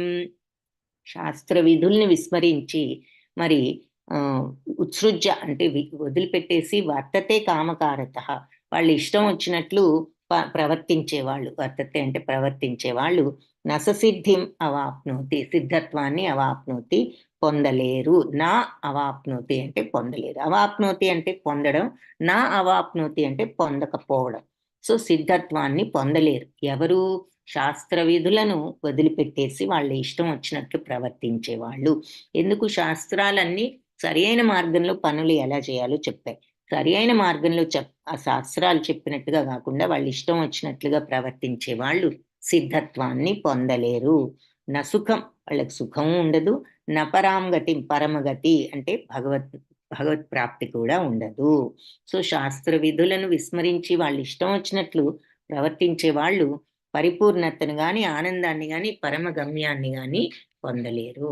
తస్మాత్ శాస్త్రం ప్రమాణం తే కార్యకార్య వ్యవస్థితౌ జ్ఞాత్వా శాస్త్ర విధానోక్త్వం కర్మ కర్తుం ఇహార్హసి. అందువల్ల చేయదగిన కార్యం ఏదో, చేయకూడని కార్యం ఏదో నిర్ణయించుకోవడంలో మనిషికి శాస్త్రమే ప్రమాణము. ఈ శాస్త్ర విధానాలు తెలుసుకుని తదనుగుణంగా ఈ లోకంలో నువ్వు కర్మ చేయాలి. తస్మాత్, కాబట్టి శాస్త్రం ప్రమాణంతే, శాస్త్రాలనే ఒక స్టాండర్డ్, శాస్త్రాలు ఇచ్చిన స్టాండర్డ్స్తో కార్యకార్య వ్యవస్థతో, ఏ కార్యంలోనూ, పనిలో అయినా, అకార్యం చేయకూడని పనిలో అయినా నువ్వు ఏది కరెక్టో, ఇది చేయాల్సిన పని, చేయకూడని పని అని తెలుసుకోవడంలో నీకు శాస్త్రమే ప్రమాణం, అదే స్టాండర్డ్. సో శాస్త్రమే చెప్పింది నీకు ఏది చేయొచ్చు, ఏది చేయకూడదని. ఆ ప్రకారంగా నువ్వు జ్ఞాత్వా శాస్త్ర విధానోక్తం ఏమిటో, శాస్త్ర విధానం ఏమిటో జ్ఞాత్వా తెలుసుకుని కర్మకర్తం, పనిని చెయ్యి ఈ ప్రపంచంలో అని చెప్తున్నారు. సో చేయకూడదేదో, చేయదగ్గదేదో నిర్ణయించుకోవడానికి శాస్త్రమే మనకి స్టాండర్డు. ఆ శాస్త్ర విధానాలు అందుకని తెలుసుకుని తదనుగుణంగా నువ్వు ఈ లోకంలో పనులు చెయ్యి. సో ఈ శాస్త్ర విధానాలు తెలుసుకోవాలి అంటే, ఏది మంచి ఏది చెడు అనే విషయాలు తెలుసుకోవాలి అంటే శాస్త్రాలే స్టాండర్డు. ఇక్కడ సాందీపని ముని దగ్గర విద్యను అభ్యసించే కృష్ణ బలరాముల్ని చూస్తున్నాం. మరి భగవంతుడికి అన్నీ తెలిసినా కూడా ఒక గురువు దగ్గర చేరి నేర్చుకున్నారు అంటే, మనందరికి కూడా గురువు దగ్గర నేర్చుకోవడం అనేది ఎంత ముఖ్యమో చెప్పడానికి ఆయన కూడా ఇలా గురువు దగ్గర చేరి నేర్చుకోవడం చూస్తున్నాం. ఇప్పుడు వరాహదేవుడు హిరణ్యాక్షుడు అనే వాళ్ళిద్దరు ఎవరు? భగవంతుడేమో దైవీ గుణాలకు ప్రతీక, హిరణ్యాక్షుడు రాక్షసులకు, హిరణ్యకశ్యపుడు అన్న. అయితే ఆయన్ని వరాహదేవుడు చంపారు కాబట్టి భగవంతుడి మీద అంత కోపం అనమాట హిరణ్యకశ్యపుడికి. సో వీళ్ళిద్దరూ మరి సత్యయుగంలో వాళ్ళు. ఆ రోజుల్లో మరి వీళ్ళు వేరు వేరు ప్లానెట్స్ లో ఉన్నారు. సత్యయుగంలో ఏది రాక్షసులు, రాక్షస గుణాలు ఉన్న వాళ్ళు, దైవీ గుణాలు ఉన్న వాళ్ళు వేరు వేరు ప్లానెట్స్ లో ఉన్నారు సత్యయుగంలో. త్రేతాయుగంలో మరి రాక్షస గుణాలున్న రావణుడు, దైవీ గుణాలున్న రాముడు వేరు వేరు దేశాల్లో ఉన్నారు. ఏది ఒకళ్ళు భారతదేశంలో, ఒకళ్ళు లంకలో ఉన్నారు. ద్వాపర యుగంలోకి వచ్చేసరికి మరి దైవ గుణాలున్న పాండవులు, రాక్షస గుణాలున్న కౌరవులు ఒకే కుటుంబంలో ఉన్నారు. ఇక కలియుగంలోకి వచ్చేసరికి దైవ గుణాలు, రాక్షస గుణాలు ఒకే మనిషిలోనే ఉంటున్నాయి. కాబట్టి అందుకే మనలో కూడా కొన్నిసార్లు ఈ రాక్షస స్వభావాలన్నీ ఉంటున్నాయి. ఈ కామ క్రోధ లోభ మోహ మదమాత్సర్యాలు, ఒక్కొక్కసారి కొంచెం మంచి గుణాలు ఉంటాయి. ఈ మిక్స్చర్స్, ఈ రెండు గుణాలు ఇప్పుడు కలియుగంలో ఒక మనిషిలోనే ఉంటున్నాయి అని చెప్తూ, కాబట్టి మనందరిలో కూడా ఈ కంసుడు శిశుపాలు లాంటి రాక్షస గుణాలు ఉన్నాయి. కాబట్టి ఏ రకంగా మనం ఈ రాక్షస గుణాలను దాటి సత్వగుణాన్ని అలవర్చుకోవాలంటే భగవన్నామ స్మరణతో మనం కొంచెం ఈ హృదయాన్ని, కల్మషాన్ని దూరం చేసుకుని తద్వారా మనం ఈ దైవీ గుణాలను అలవర్చుకోవచ్చు. హరే కృష్ణ కృష్ణ కృష్ణ హరే హరే, హరే రామ రామ రామ హరే హరే. కృష్ణం వందే జగద్గురుం. ఈ గీతా పాఠంలో మరి మనం ఏం నేర్చుకున్నాము అంటే, దాన ప్రవృత్తులు కలిగిన వాళ్ళు నీచ జన్మల్ని పొంది భవబంధాల్లో చిక్కుకుంటారు. కాబట్టి మనం దైవీ గుణాలను పెంపొందించుకుని శాస్త్రానుసారం, శాస్త్రాలు చెప్పిన విధానంలో జీవనాన్ని గడుపుతూ ఆధ్యాత్మిక పరిపూర్ణతను పొందాలి అన్నది చూసాం. అంటే ఆ దైవ గుణాలను వదులుచుకుని.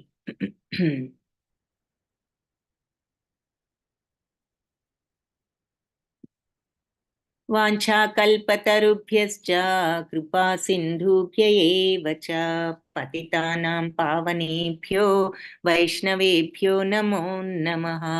హరే కృష్ణ. మరి ఈరోజు ఇస్కాన్ మ్యాంగ్లూరు తరఫున మనం ఈ క్లాస్ తీసుకుంటున్నాం అన్నది మన నిన్న మొన్న చెప్పుకున్నాం. మనందరికీ కూడా ఆ విషయం తెలుసు. ఇస్కాన్ మ్యాంగ్లూరు ప్రెసిడెంట్ నామనిష్ దాస్ ప్రభుజీ, మన తెలుగు విభాగానికి వాసాంగన్ దాస్ ప్రభుజీ ఉన్నారు. మనందరికీ కూడా ఇలా సదవకాశాన్ని వాళ్ళు కల్పించారు. ఏది ఈ క్లాస్ మరి ఉన్న చోటే ఉండి మనం ఉచితంగా తీసుకునేటటువంటి సదవకాశం. ఈ రాధా గోవింద టెంపుల్ మరి మనకిప్పుడు వాళ్ళు ఒక టెంపుల్ అనేది కడుతున్నారు అక్కడ. అది ఆ టెంపుల్ కన్స్ట్రక్షన్ చాలా వరకు అయిపోయింది. రేపు August 18th ఓపెనింగ్. దాని ప్లాన్ టెంపుల్ ఈ రకంగా ఉంది. ఇప్పుడు ఆల్మోస్ట్ ఇదంతా కూడా అయిపోవచ్చింది. 75,000 చదరపు అడుగులు, 1.5 ఎకరంలో ఈ టెంపుల్ 5,000 చదరపు అడుగులున్న అన్నదానం హాల్, ఇవన్నీ కూడా అక్కడ గెస్ట్ రూమ్లు, ఇవి బ్రహ్మచారుల ఆశ్రమం, ఇవన్నీ కూడా మరి ఉన్నాయి. సో ఎవరైనా ఈ టెంపుల్కి ఏదైనా మీరు ఇవ్వదలుచుకుంటే మీరు డొనేట్ చేయొచ్చు. మీకు డొనేషన్ లింక్స్ అన్ని కూడా పెడుతున్నారు. సో మీరు ఇవ్వాలని ఫోర్స్ అని కాదు, కానీ ఇక్కడ మీకు ఇచ్చే మనకు అవకాశం ఉన్నది కాబట్టి అది మీకు చెప్పడానికి ఇది చూపించడం జరుగుతుంది. సో మీరు ఆ లింక్స్ ఏది క్లిక్ చేసినా సరే మీరు ఇలా ఒక పేజ్లోకి అది క్లిక్ చేసినప్పుడు వెళ్తారు. మీకు జస్ట్ చూపిస్తే తెలుస్తుందని చూపిస్తున్నాను. ఒకసారి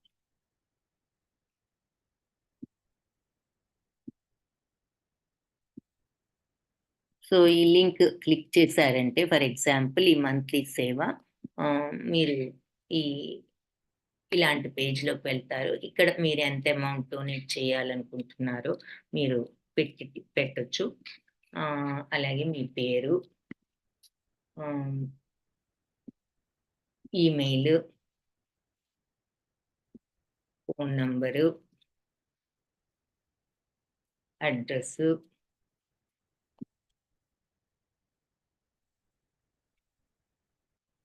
మీ పిన్ కోడ్,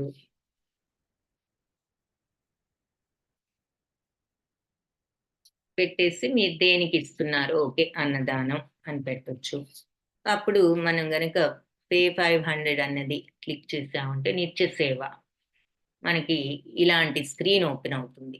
ఏది యూపీఐలో గూగుల్ పే చేయొచ్చు, ఫోన్ పే చేయొచ్చు, మరి కార్డు ద్వారా చేయొచ్చు. ఫోన్ పే చేస్తే మీకు మొబైల్ ఫోన్ నంబర్ గానీ, యూపీఐ ఐడీ గానీ పెట్టాలి. ఏదో ఒకటి మీకు ఫోన్ నంబర్ తెలిస్తే అది పెట్టొచ్చు. అది పెట్టిన తర్వాత పే నౌ అంటే అప్పుడు వెళ్ళిపోతుంది. చాలా ఈజీ ఇది మీరు చేయాలన్నా. ఆ తర్వాత క్రెడిట్ కార్డ్‌తో చేయాలి అనుకుంటే కార్డ్ నంబరు ఇవన్నీ మన డీటెయిల్స్ ఇచ్చి పే నౌ అన్నది క్లిక్ చేయొచ్చు. అలా గాకుండా నెట్ బ్యాంకింగ్ ద్వారా చేయాలంటే కూడా వెళ్ళి మీ బ్యాంక్ ఏదుంటే అది మీరు సెలెక్ట్ చేసుకొని, ఆ తర్వాత బ్యాంక్ అకౌంట్‌లోకి లాగిన్ అయ్యి అలా కూడా చేయొచ్చు నెట్ బ్యాంకింగ్ ద్వారా. సో, ఇలా ఎన్నో ఆప్షన్స్ ఉన్నాయి. మీకే ఫోన్‌పే అందరికి ఈజీ అయితే ఫోన్‌పే అయినా చేయొచ్చు. క్రెడిట్ కార్డ్‌తో చేయొచ్చు, బ్యాంక్ అకౌంట్‌తో చేయొచ్చు. సో, అలా చేయొచ్చు. అది చూపిస్తున్నాను ఎవరికైనా అది చేసే ఉద్దేశం ఉంటే. ఈ టెంపుల్ మరి ఇలా రకరకాల సుధామ సేవ, వరాహ సేవ, ఆ తర్వాత మరి ఇవి ఇంటర్నేషనల్ లైఫ్ మెంబర్‌షిప్ ఒకటుంటుంది. అది అయితే మీకు అది ఇన్‌స్టాల్‌మెంట్ మీద కట్టుకోవచ్చు. అది కొంచెం ఎక్స్‌పెన్సివ్ అంటే 35,000 మీరు అంతా కట్టలేకపోతే ఇన్‌స్టాల్‌మెంట్ ద్వారా కూడా కట్టొచ్చు. ఈ మెంబర్‌షిప్ గనక మీరు తీసుకున్నట్లయితే మరి మీకు కార్డ్ ఇస్తారు. మెంబర్‌షిప్ కార్డ్, అకామిడేషన్ ఇస్తారు. ఏ ఇస్కాన్ టెంపుల్ అయినా ఈ ప్రపంచంలో మీరు వెళ్ళి అక్కడ ఒక 3 రోజులు ఈజీగా ఉండొచ్చు ఫ్రీగా. ఆ తర్వాత మీకు భాగవతం ప మొత్తం సెట్ అంతా గూడా మీరు కోరిన లాంగ్వేజ్‌లో ఇస్తారు. అలాగే జపమాల ఇవి గూడా వస్తాయి.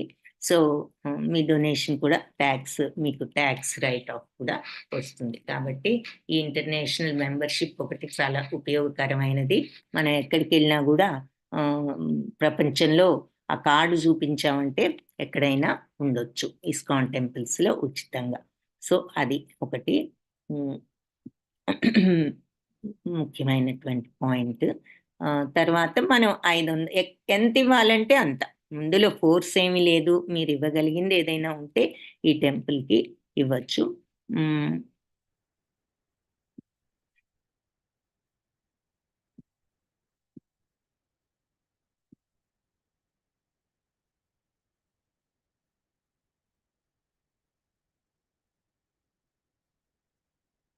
సో, ఈ టెంపుల్ ప్రాజెక్ట్ గురించి గ్లోరీ ఆఫ్ టెంపుల్ బిల్డింగ్ ఒక టెంపుల్ మొదలుబెడితేనే మరి 7 జన్మల పాపాలు కడిగిపోతాయి. మన యొక్క పితృదేవతలు గూడా అందరూ గూడా ఉద్ధరింపబడతారు అని స్కంద పురాణంలో ఉన్నది. ఆ తర్వాత ఇస్కాన్ టెంపుల్స్ మొత్తం మరి నార్త్ అమెరికాలో 70, సౌత్ అమెరికాలో ఒక 40, ఆఫ్రికాలో 45, యూరోప్‌లో 140, ఏషియాలో ఒక 350, అలాగే మరి ఆస్ట్రేలియాలో ఒక 25 ఇలా అన్ని చోట్ల కూడా ఇస్కాన్ టెంపుల్స్ ఉన్నాయి. చైతన్య భాగవతంలో అంచెలీలలో నా పేరు ప్రతి చోట మారుమోగుతుంది, వినపడుతుంది అన్నారు. దానికి చిహ్నంగా మనం ఇన్ని టెంపుల్స్ చూస్తున్నాము. ప్రస్తుతం మరి ఇస్కాన్ టెంపుల్‌కి ఆహ్, వీళ్ళు గురువులుగా ఉన్నారు. ఈ జయపతాక స్వామి అంటే ప్రభుపాద హ్మ్. తరువాత హ్మ్. టెంపుల్ అంటే ఏమిటి అన్నది ప్రభుపాద ఏం చెప్పారు? Temple means people should learn the science of God. భగవంతుడు అనేటటువంటి జ్ఞానాన్ని తెలుసుకోవాలి. మరి అది ఆధ్యాత్మిక జ్ఞానానికి అది ఇచ్చేటటువంటి ప్రదేశం. People should come, they should learn what is spiritual life. వాళ్ళకసలు ఆధ్యాత్మికత అంటే ఏమిటో వచ్చి తెలుసుకోవాలి. ఆలయానికి వచ్చి.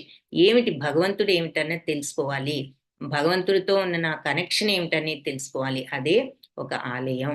అని చెప్పి ఎందుకు మనకు ఆలయం కావాలి అంటే ట్రాంక్విలిటీ ప్రశాంతత కోసం మరి ఆధ్యాత్మిక పురోగమనానికి మనస్సును శాంతపరచడానికి ప్రశాంతంగా ఉంచడానికి ఒక ఆలయం అవసరం.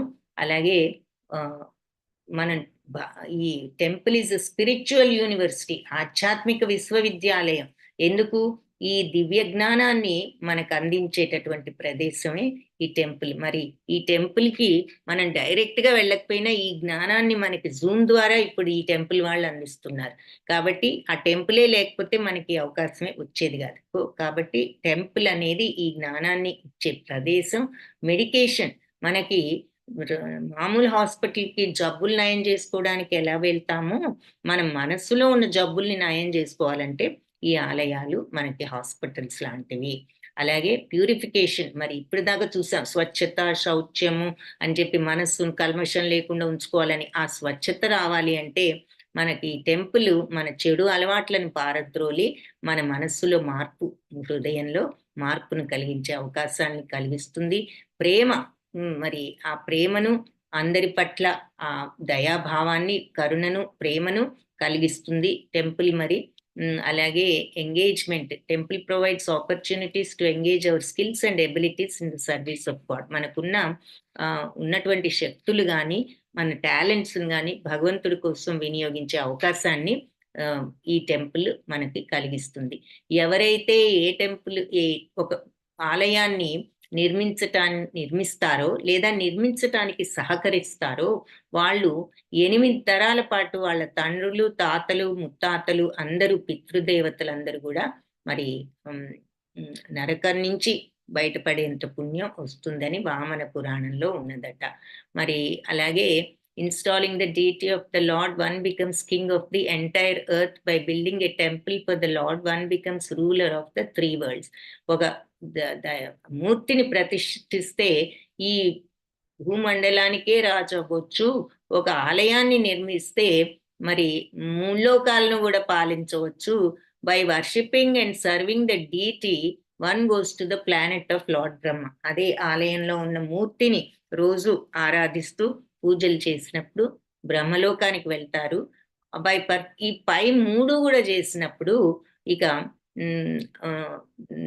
నా దివ్యధామానికే వస్తారు అని చెప్తూ, but one who simply engages in devotional service with no consideration of fruitive results, ఎవరైతే భక్తితో, ఇంకా భక్తిలో ఉంటూ ఏ ప్రతిఫలాన్ని ఆశించకుండా భక్తి భావంతో ఎవరైతే ఉంటారో వాళ్ళు నన్ను పొందుతారు. కాబట్టి ఎవరైతే నన్ను ఆరాధిస్తారో చేయవలసిన రీతిలో నేను చెప్పిన విధానంలో వాళ్ళు తప్పకుండా భక్తిని పొందుతారు, నన్ను పొందుతారు చివరకు అని చెప్పి భాగవతంలో చెప్పారు భగవంతుడు. అది ఇక్కడ ఆ కోట్ చూస్తున్నాం. విష్ణు ధర్మోత్తరంలో ఏమున్నదట, ఎవరైతే ఈ టెంపుల్ విష్ణువుకి ఆలయాన్ని కడతారో రాజసూయ యాజ్ఞం, అశ్వమేధ యజ్ఞం చేసినంత పుణ్యం కలుగుతుంది. కాబట్టి బ్రాహ్మణ, బెస్ట్ ఆఫ్ ద బ్రాహ్మణ అందులో చెప్తున్నారు. ఆ టెంపుల్లో ఎన్ని యాటమ్స్ అంటే ఎన్ని అణువులు ఉన్నాయో, అణువు ఎంత చిన్నది మరి, మాలిక్యూల్లో మళ్ళీ యాటమ్ ఉంటుందంటారు. అంత కంటికి కనిపించని యాటమ్స్ మరి ఎన్ని ఉంటాయి ఈ టెంపుల్లో, ఎన్ని యాటమ్స్ ఉన్నాయో ఆ టెంపుల్లో అణువులు, అన్ని వేల సంవత్సరాలు వాళ్ళు మరి స్వర్గలోకంలో ఉండొచ్చు అని చెప్పి విష్ణు ధర్మోత్తరంలో ఉన్నది. ఇంకా పద్మపురాణంలో ఏమున్నది, mortals who help to construct a temple of Lord Vishnu do not return to this world, they return to the abode of Lord Vishnu. ఎవరైతే ఈ ఆలయాలను నిర్మిస్తారో, వాళ్ళు ఆలయాలు నిర్మించడానికి సహకరిస్తారో వాళ్ళు మళ్ళీ భూ ప్రపంచానికి రారు, విష్ణులోకానికే వెళ్తారు, అంటే వైకుంఠానికి వెళ్తారు అని పద్మపురాణంలో ఉంది. నరసింహ పురాణంలో ఏముంది, one who builds or helps to build a beautiful temple for the lord will be free from all sinful reactions and will enter the Vaikuntha planets. ఎవరైతే ఒక ఆలయాన్ని నిర్మిస్తారో లేదా నిర్మించడానికి సహకరిస్తారో వాళ్ళు అన్ని పాపాల నుంచి విముక్తులయ్యి వైకుంఠానికి వెళ్తారు అని నరసింహ పురాణంలో ఉన్నది. ప్రభుపాద ఏమన్నారు అంటే, మీరు భగవంతుడి కోసం ఒక ఆలయాన్ని నిర్మించారంటే ఆయన మీకు ఆధ్యాత్మిక వైకుంఠంలో ఒక భవనాన్ని నిర్మిస్తారు అని ప్రభుపాద అన్నారు. సో ఈ ఇస్కాన్ మ్యాంగ్లూరు యాక్టివిటీస్ ఏమిటి, మనం ఈ టెంపుల్ చూస్తున్నాం, వాళ్ళు గీత పుస్తకాలు అన్నీ కూడా డిస్ట్రిబ్యూట్ చేయటం, యువత అంటే కాలేజీలకు మరి స్కూల్స్ కి వెళ్ళి వాళ్ళు భగవంతుని గురించి ఈ పిల్లలందరికీ కూడా బోధించటం జరుగుతూ ఉంటుంది. ఇక్కడ నామనిష్ఠాస్ Prabhuji ISKCON Mangalore temple president. ఆయన చూస్తున్నాం, ఆయన ఇలా కాలేజెస్కి మరి ఆయన ఐఐటి కాన్పూర్ స్టూడెంట్.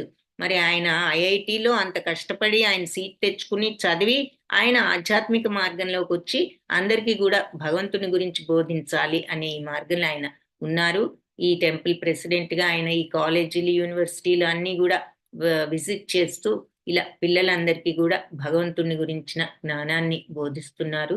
అలాగే మరి అక్కడ ఈ ఫెస్టివల్స్ ఇవన్నీ పండుగలు మరి ఉత్సవాలు జన్మాష్టమి ఇవన్నీ కూడా చేస్తూ అందరికీ అన్నదానాలు అవి జరుగుతూ ఉంటాయి ఆలయంలో. అంటే ఆలయంలో ఏం చేస్తారు ఏమిటనే డౌట్ వస్తే ఇది మనకు కొన్ని చూపిస్తున్నారు.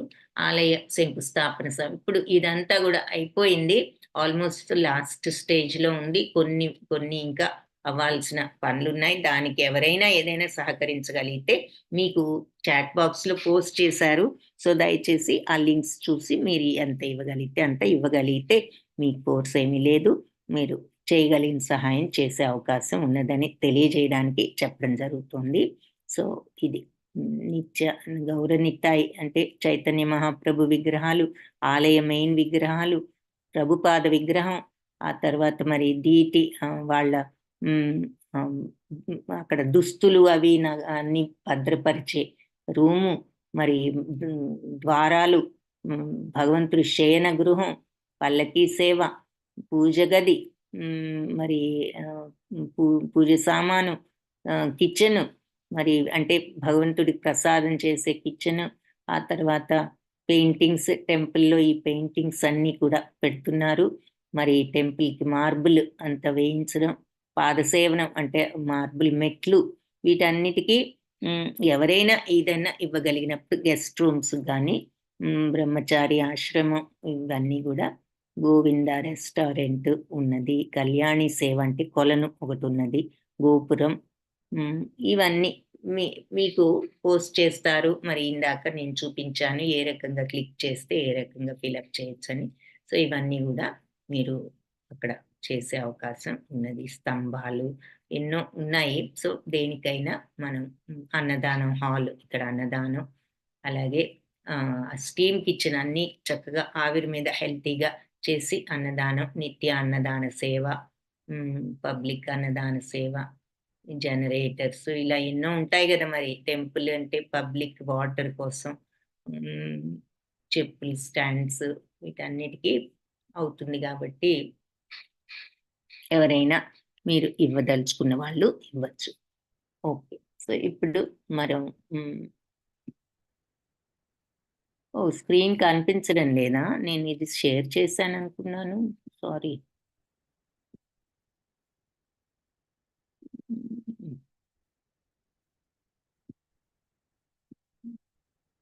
ఓకే,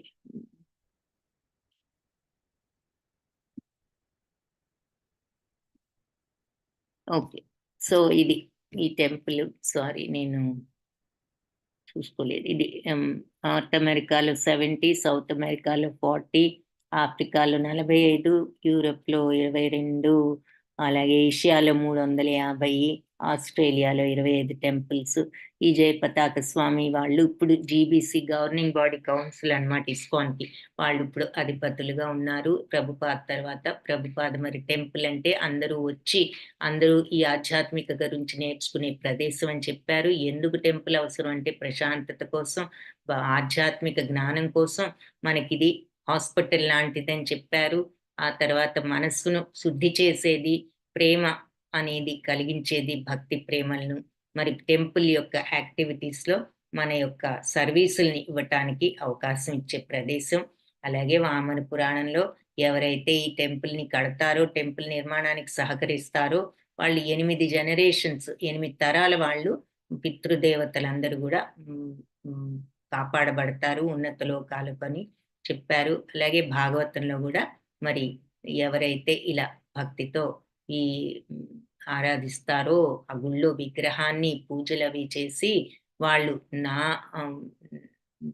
నా యొక్క ఆకారాన్నే పొందుతారంటే సారూప్యం అంటే వైకుంఠానికి వస్తారు అని. సారూప్యం అంటే భగవంతుడి రూపాన్ని పొందడం. సో వైకుంఠంలో వాళ్ళందరికీ భగవంతుడి రూపం ఉంటుందంటారు అందుకని.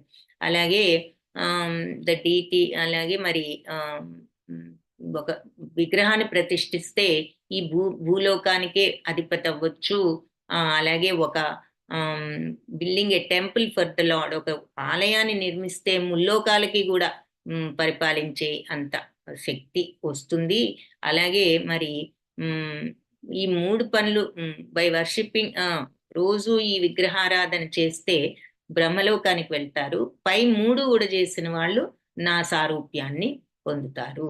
కానీ ఎవరైతే భక్తితో నన్ను వేరే ఏది ఆశించకుండా భక్తి భావంలో ఉన్న వాళ్ళు మరి ఏది చేసినా వాళ్ళు ఏ ప్రతిఫలాన్ని ఆశించకుండా చేస్తే గనక వాళ్ళు నన్నే పొందుతారు అని చెప్పి భాగవతంలో చెప్పారు. అలాగే విష్ణువు కోసం టెంపుల్ కట్టినప్పుడు రాజసూయ యజ్ఞం అశ్వమేధ యజ్ఞం అంత పుణ్యం వస్తుందని విష్ణు ధర్మోత్తరంలో చెప్పారన్నది. వాళ్ళు ఎన్నో సంవత్సరాలు ఆ ఉన్నత లోకాల్లో ఉంటారు. పద్మ పురాణంలో ఎవరైతే ఆలయాన్ని నిర్మిస్తారో, నిర్మించడానికి విష్ణు ఆలయాన్ని సహకరిస్తారో వాళ్ళు మళ్ళీ ఈ ప్రపంచానికి తిరిగి రారు, విష్ణు లోకానికి వెళ్తారు అంటే వైకుంఠానికి. నరసింహ పురాణంలో కూడా అదే ఉంది. ఎవరైతే ఆలయ నిర్మాణం చేసినా, నిర్మాణానికి సహకరించినా వాళ్ళందరూ పాపాల నుంచి మోక్షం పొంది వైకుంఠానికి వెళ్తారు అని. ప్రభుపాద కూడా మీరు గనక ఒక ఆలయాన్ని నిర్మించినట్లయితే, సహకరించినట్లయితే మీ భగవంతుడు మీకు ఆధ్యాత్మిక ప్రపంచంలో మీకు ఒక భవనాన్ని ఇస్తారు అని చెప్తూ ఇది టెంపుల్ కన్స్ట్రక్షన్ గురించి చూసాము. ఇక ఇస్కాన్ మ్యాంగ్లూరు వాళ్ళు ఏం చేస్తున్నారంటే ఈ గీతా పుస్తకాలు అవి వాళ్ళు డిస్ట్రిబ్యూట్ చేయడం, ఆ తర్వాత మరి ఈ పిల్లలందరికీ కాలేజెస్లో స్కూల్స్లో నామనిష్ఠ దాస్ ప్రభుజీ చెప్పడం చూస్తున్నాం. ఆయన ఐఐటి కాన్పూర్ స్టూడెంట్ అని చెప్పాను. సో ఆయన ఇప్పుడు ఈ మార్గంలో ఐఐటి అయిన వెంటనే ఆయన ఈ దీక్ష తీసుకుని ఆయన ఇస్కాన్లో చేరి ఈ ఆధ్యాత్మిక భగవంతుని గురించిన ఈ జ్ఞానాన్ని అందరికీ వివరించడంలో ఆయన గడుపుతున్నారు. ఇక్కడ వాళ్ళ టెంపుల్లో చేసే పండుగలు ఇవన్నీ కూడా ఇక్కడ చూస్తున్నాం. ఇది శంకుస్థాపన ఇప్పుడు అంతా కూడా అయిపోయింది.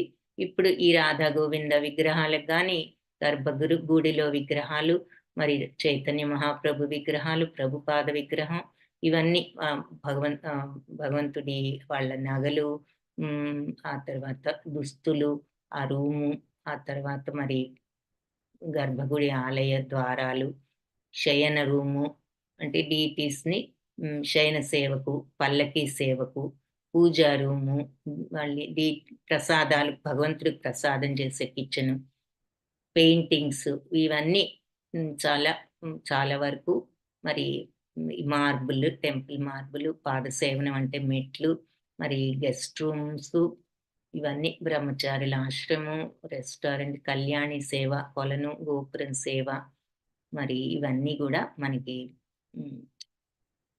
దేనికైనా మనం ఇవ్వటానికి ఈ లింక్స్ అన్ని కూడా మీకు పోస్ట్ చేసే ధ్వజస్తంభం, టెంపుల్ హాల్ బయట ఇలా ఉంటుంది, లోపలిది మరి అక్కడ దానిలో దీపాలు అవన్నిటికీ డోర్స్, మెయిన్ ఆలయ ద్వారాలు, తర్వాత పిల్లర్స్ 54 స్తంభాలు వాటిల్లో వాటన్నిటికీ, ఆ తర్వాత అన్నదానం, కిచెను, స్టీమ్ కిచెను, ఆవిరి మీద మరి అన్ని చేసి హెల్తీగా సాత్విక ఆహారం, నిత్య అన్నదాన సేవ, పబ్లిక్ అన్నదాన సేవ, మరి జనరేటర్స్, ఇవన్నీ కూడా మరి ఆలయం ఉన్నప్పుడు ఇవే. చెప్పులు స్టాండ్ అని చెప్పాను, మరి ఎలివేటర్స్ ఉన్నాయి, టాయిలెట్స్, వీటన్నిటికీ మరి ఖర్చు ఇంకా కొంత ఉన్నది. సో ఎవరైనా ఏదైనా ఇవ్వాలనే ఐడియా ఉంటే మీకు ఇచ్చేటటువంటి అవకాశం ఇప్పుడు ఉన్నది. హరే కృష్ణ. ఓకే, సో ఇప్పుడు డొనేషన్ లింక్స్ అవి పోస్ట్ చేశారు ప్రభుజీ. ఉమాకాంత్ ప్రభుజీ అడుగుతున్నారు, మీరు మీ వాట్సాప్ గ్రూప్లో చూడండి, మీకు అవి పోస్ట్ చేస్తారు, మీరు ఇప్పుడు అక్కడ డొనేట్ చేయొచ్చు. హరే కృష్ణ. ఓకే, హరే కృష్ణ మాతాజీ. పోల్ చెప్తాను, పోస్ట్ చేస్తాను. పోల్ చెప్తారా మాతాజీ? కళ్యాణి మాతాజీ. హరే కృష్ణ.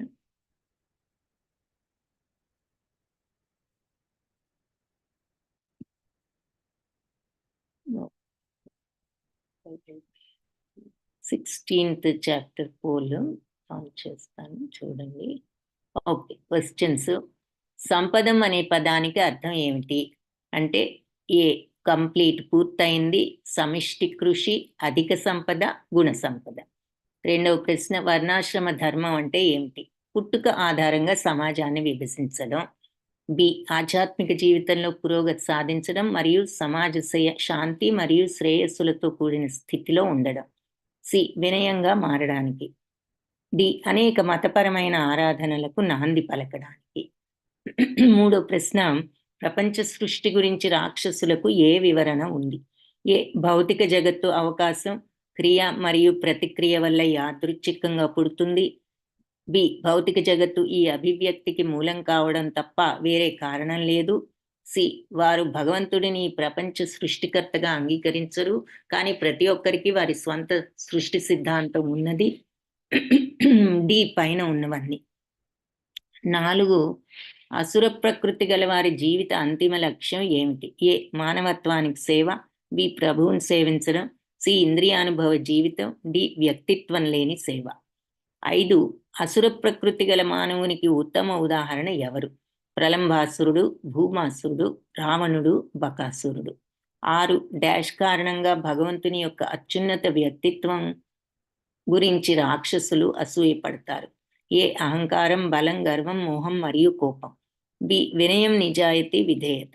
సి, పరిశుభ్రత, కాఠిన్యం, స్వీయ నియంత్రణ. డి, పైవన్నీ. 7, నరకానికి దారి తీసే 3 ద్వారాలను జాబితా చేయండి. ఏ, నాలుక, అనియంత్రిత మనస్సు, అహంకారము. బి, అనియంత్రిత మనస్సు, అనవసరమైన మాటలు, అవాంఛిత అనుబంధం. సి, మోహము, కోపము, దురాశ. డి, పైవేవి కావు.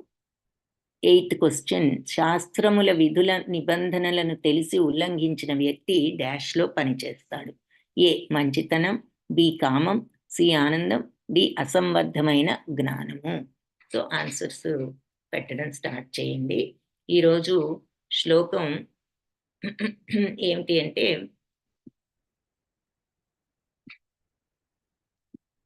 త్రివిధం నరకస్యేదం జ్ఞానం నాశనమాత్మనః కామః క్రోధః తదా లోభः తస్మాదేతత్రయం త్యజేత్.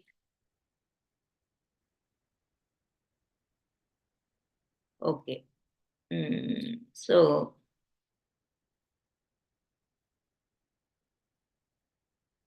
అన్ని అమౌంట్స్ ల్యాక్స్ లో లేవు మాతాజీ, కొన్ని హండ్రెడ్స్ లో ఉన్నాయి కూడా ఉన్నాయి. ఇవి జనరల్ గా చెప్తున్నారు ఇంత ఖర్చు దీనికి అవుతుందని, అంతేగాని ఒక్కొక్కరిని అంత ఇవ్వమని కాదు.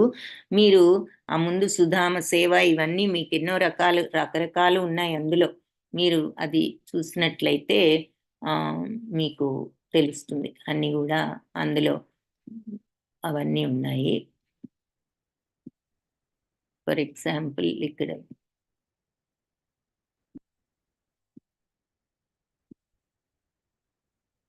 ఇది 1 టైం సేవ, మంత్లీ సేవ, ఇవన్నీ మీరు క్లిక్ చేశారనుకోండి, మీకు మీరే ఇక్కడ అమౌంట్ పెట్టుకోవచ్చు ఆ నిత్య సేవ అన్నదానికి. సో అట్లా మనం ఎంత అంటే అంత ఇవ్వచ్చు. సో మీకు చూపించింది అంటే టెంపుల్లో ఏమేమి ఉంటాయి, ఏం జరుగుతుంది, దానికి ఎంత ఖర్చు అవుతుంది అన్నది మనకి తెలుస్తుంది అనమాట. అది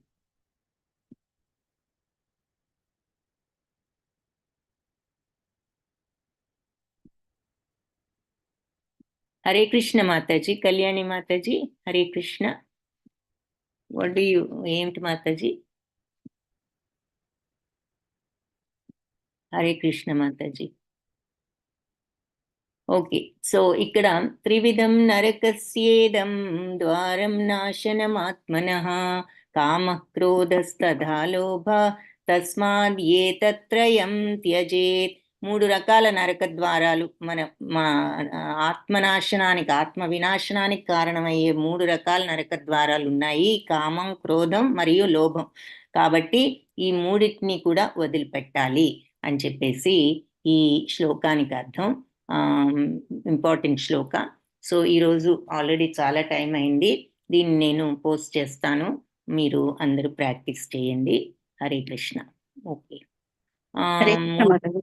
ఓపెన్ అవ్వలేదు. 1 సెకండ్ మాతాజీ. ఎందుకని ఓపెన్ అవ్వలేదు మాతాజీ? మీరు మోర్ క్లిక్ చేసినట్లయితే ఆ 3 చుక్కలు మీకు పోల్ అనేది కనిపించాలి. అది క్లిక్ చేస్తే ఓపెన్ అవ్వాలి మాతాజీ. నిన్న కూడా మీరు అలాగే చేస్తే ఓపెన్ అయిందన్నారు. మళ్ళీ ఒకసారి ట్రై చేసి చూడండి Mataji. That is the only way. మీకు కనపడకపోతే మీరు క్లిక్ చేస్తే వస్తుంది. ఓకే మాతాజీ. హరే కృష్ణ. చెప్పండి Mataji. Sorry for disturbance Mataji. అందరు డివోటీస్ కి హరే కృష్ణ. ఏం లేదు మాతాజీ, ఆల్రెడీ మనం గ్రూప్స్ లో పెడుతున్నాము, అదే టెంపుల్ కి ఇన్వైట్ చేయమని. అయితే ఒకసారి మళ్ళీ చెప్పమని చెప్పారు ప్రభుజీ, అందుకోసమని మాతాజీ. అలాగే. ఓకే మాతాజీ. మనం టెంపుల్ ఇనాగ్రేషన్ ఉంది, అది ఎవరైనా రాదలుచుకున్న డివోటీస్ గ్రూప్ లో పెడుతున్నారు లింక్, అది చూసుకొని ఒకసారి మీరు ప్రొసీడ్ అయితే బాగుంటుంది. అన్ని టేకప్ చేస్తారు టెంపుల్ మేనేజ్మెంట్. అయితే మాతాజీ గారు అక్కడ ఉన్నారు కదా హాస్ట్, ఏదైనా డౌట్స్ ఉంటే కూడా మాతాజీని అడగొచ్చు అనమాట. హరే కృష్ణ. మాతాజీ మీరు కూడా ఎక్స్ప్లెయిన్ చేయాలా? చేసేసాను మాతాజీ, ఇంతకు ముందు కూడా మళ్ళీ చెప్తాను. అలాగే. హరే కృష్ణ మాతాజీ. ధన్యవాదాలు. హరే కృష్ణ. శాంతిశ్రీ మాతాజీ హరే కృష్ణ. హ్యాండ్ రేస్ చేశారేంటి? క్వశ్చన్స్ రాలేదండి స్క్రీన్ మీద నాకు ఇవాళ. మీరు ఆ 3 చుక్కలు కనిపిస్తున్నాయి కూడా లేవండి, మోర్ లో లేవండి. Enable original sound, meeting settings background ఉందండి, డిస్కనెక్ట్ ఆడియో. ఏది మీరు అనేది? ఆప్షన్స్, మోర్ ఆప్షన్స్ ఇవి? మోర్ లో ఆప్షన్స్ ఉన్నాయి. తెలియదు మాతాజీ, మరి మీ సిస్టమ్ లో ఎందుకు తేడా వచ్చిన? మీ జూమ్ రోజు వస్తుంది, నాకు ఇవాళే రాలేదు. తెలియదు మాతాజీ. ఇంకెవరైనా రాని వాళ్ళు ఉన్నారా? ఎవరికైనా వచ్చిందా? ఎవరికి రాలేదా?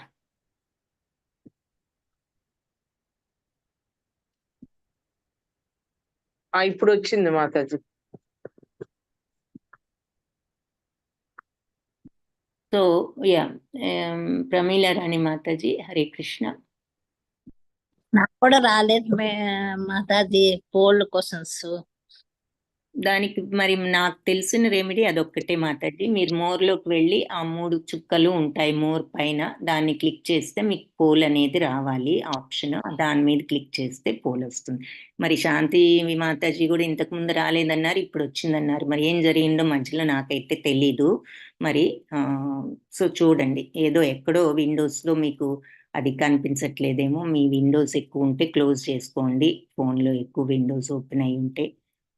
కానీ మీరు ఆ 3 మోర్ అనే దాంట్లోకి వెళ్ళి ఆ 3 చుక్కలు క్లిక్ చేస్తే మీకు పోల్ అనేది కనిపించాలి. చేసి చూడండి మాతాజీ, కనిపిస్తుంది. ఆ పోల్ అనే దాని మీద మీరు క్లిక్ చేస్తే మీకు వస్తుంది. ఓకేనా?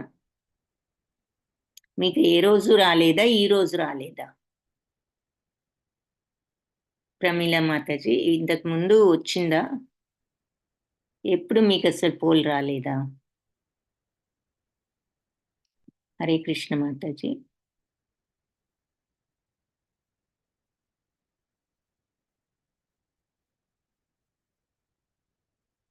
Umakant Prabhuji submitted the pole అంటున్నారు.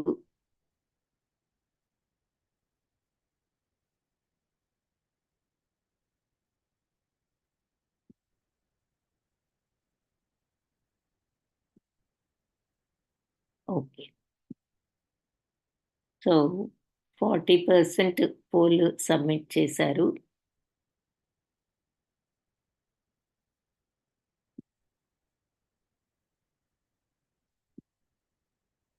పోల్ ఎండ్ చేసి ఆన్సర్స్ చెప్తాను. సంపదం అనే పదానికి అర్థం ఏమిటి అంటే గుణ సంపద అనే అర్థం. అంటే గుణాలు, ఇక్కడ దైవ గుణాలు, అసురీ గుణాలు. 75%. వెరీ గుడ్, పెట్టారు కరెక్ట్ ఆన్సర్. Very good. వర్ణాశ్రమ ధర్మం అంటే ఏమిటి? వర్ణాశ్రమ ధర్మం అంటే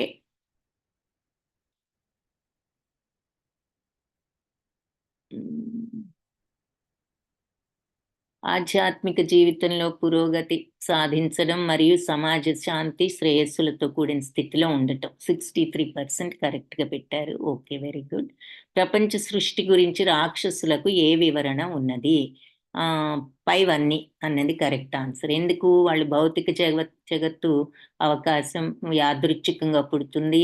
భౌతిక జగత్తు ఈ అభివ్యక్తికి మూలం కావడం తప్ప వేరే కారణం లేదు. వారు భగవంతుణ్ణి ప్రపంచ సృష్టికర్తగా అంగీకరించరు. ఇవన్నీ నిజమే కాబట్టి ఆల్ ఆఫ్ ది అబవ్ అన్నది కరెక్ట్ ఆన్సర్. ఓన్లీ 13% పెట్టారు. అందుకని మీకు ఒక ఆన్సర్ కరెక్ట్ అనిపించినా మిగిలినవన్నీ కూడా చెక్ చేయాలి. క్విజ్ తీసుకునేప్పుడు కూడా వాట్సాప్ క్విజ్ ఇదే గుర్తుంచుకోండి. అన్నీ చెక్ చేసి అన్నీ కరెక్ట్గానే ఉంటే ఆల్ ఆఫ్ ది అబవ్ అనే ఆప్షన్ ఉంటే అది కరెక్ట్ అవుతుంది. అసుర ప్రకృతి గల వారి జీవిత అంతిమ లక్ష్యం ఏమిటి అంటే ఇంద్రియానుభవ జీవితం. 75% కరెక్ట్ పెట్టారు. Very good. అసుర ప్రకృతి గల మానవునికి ఉత్తమ ఉదాహరణ ఎవరు? రావణుడు.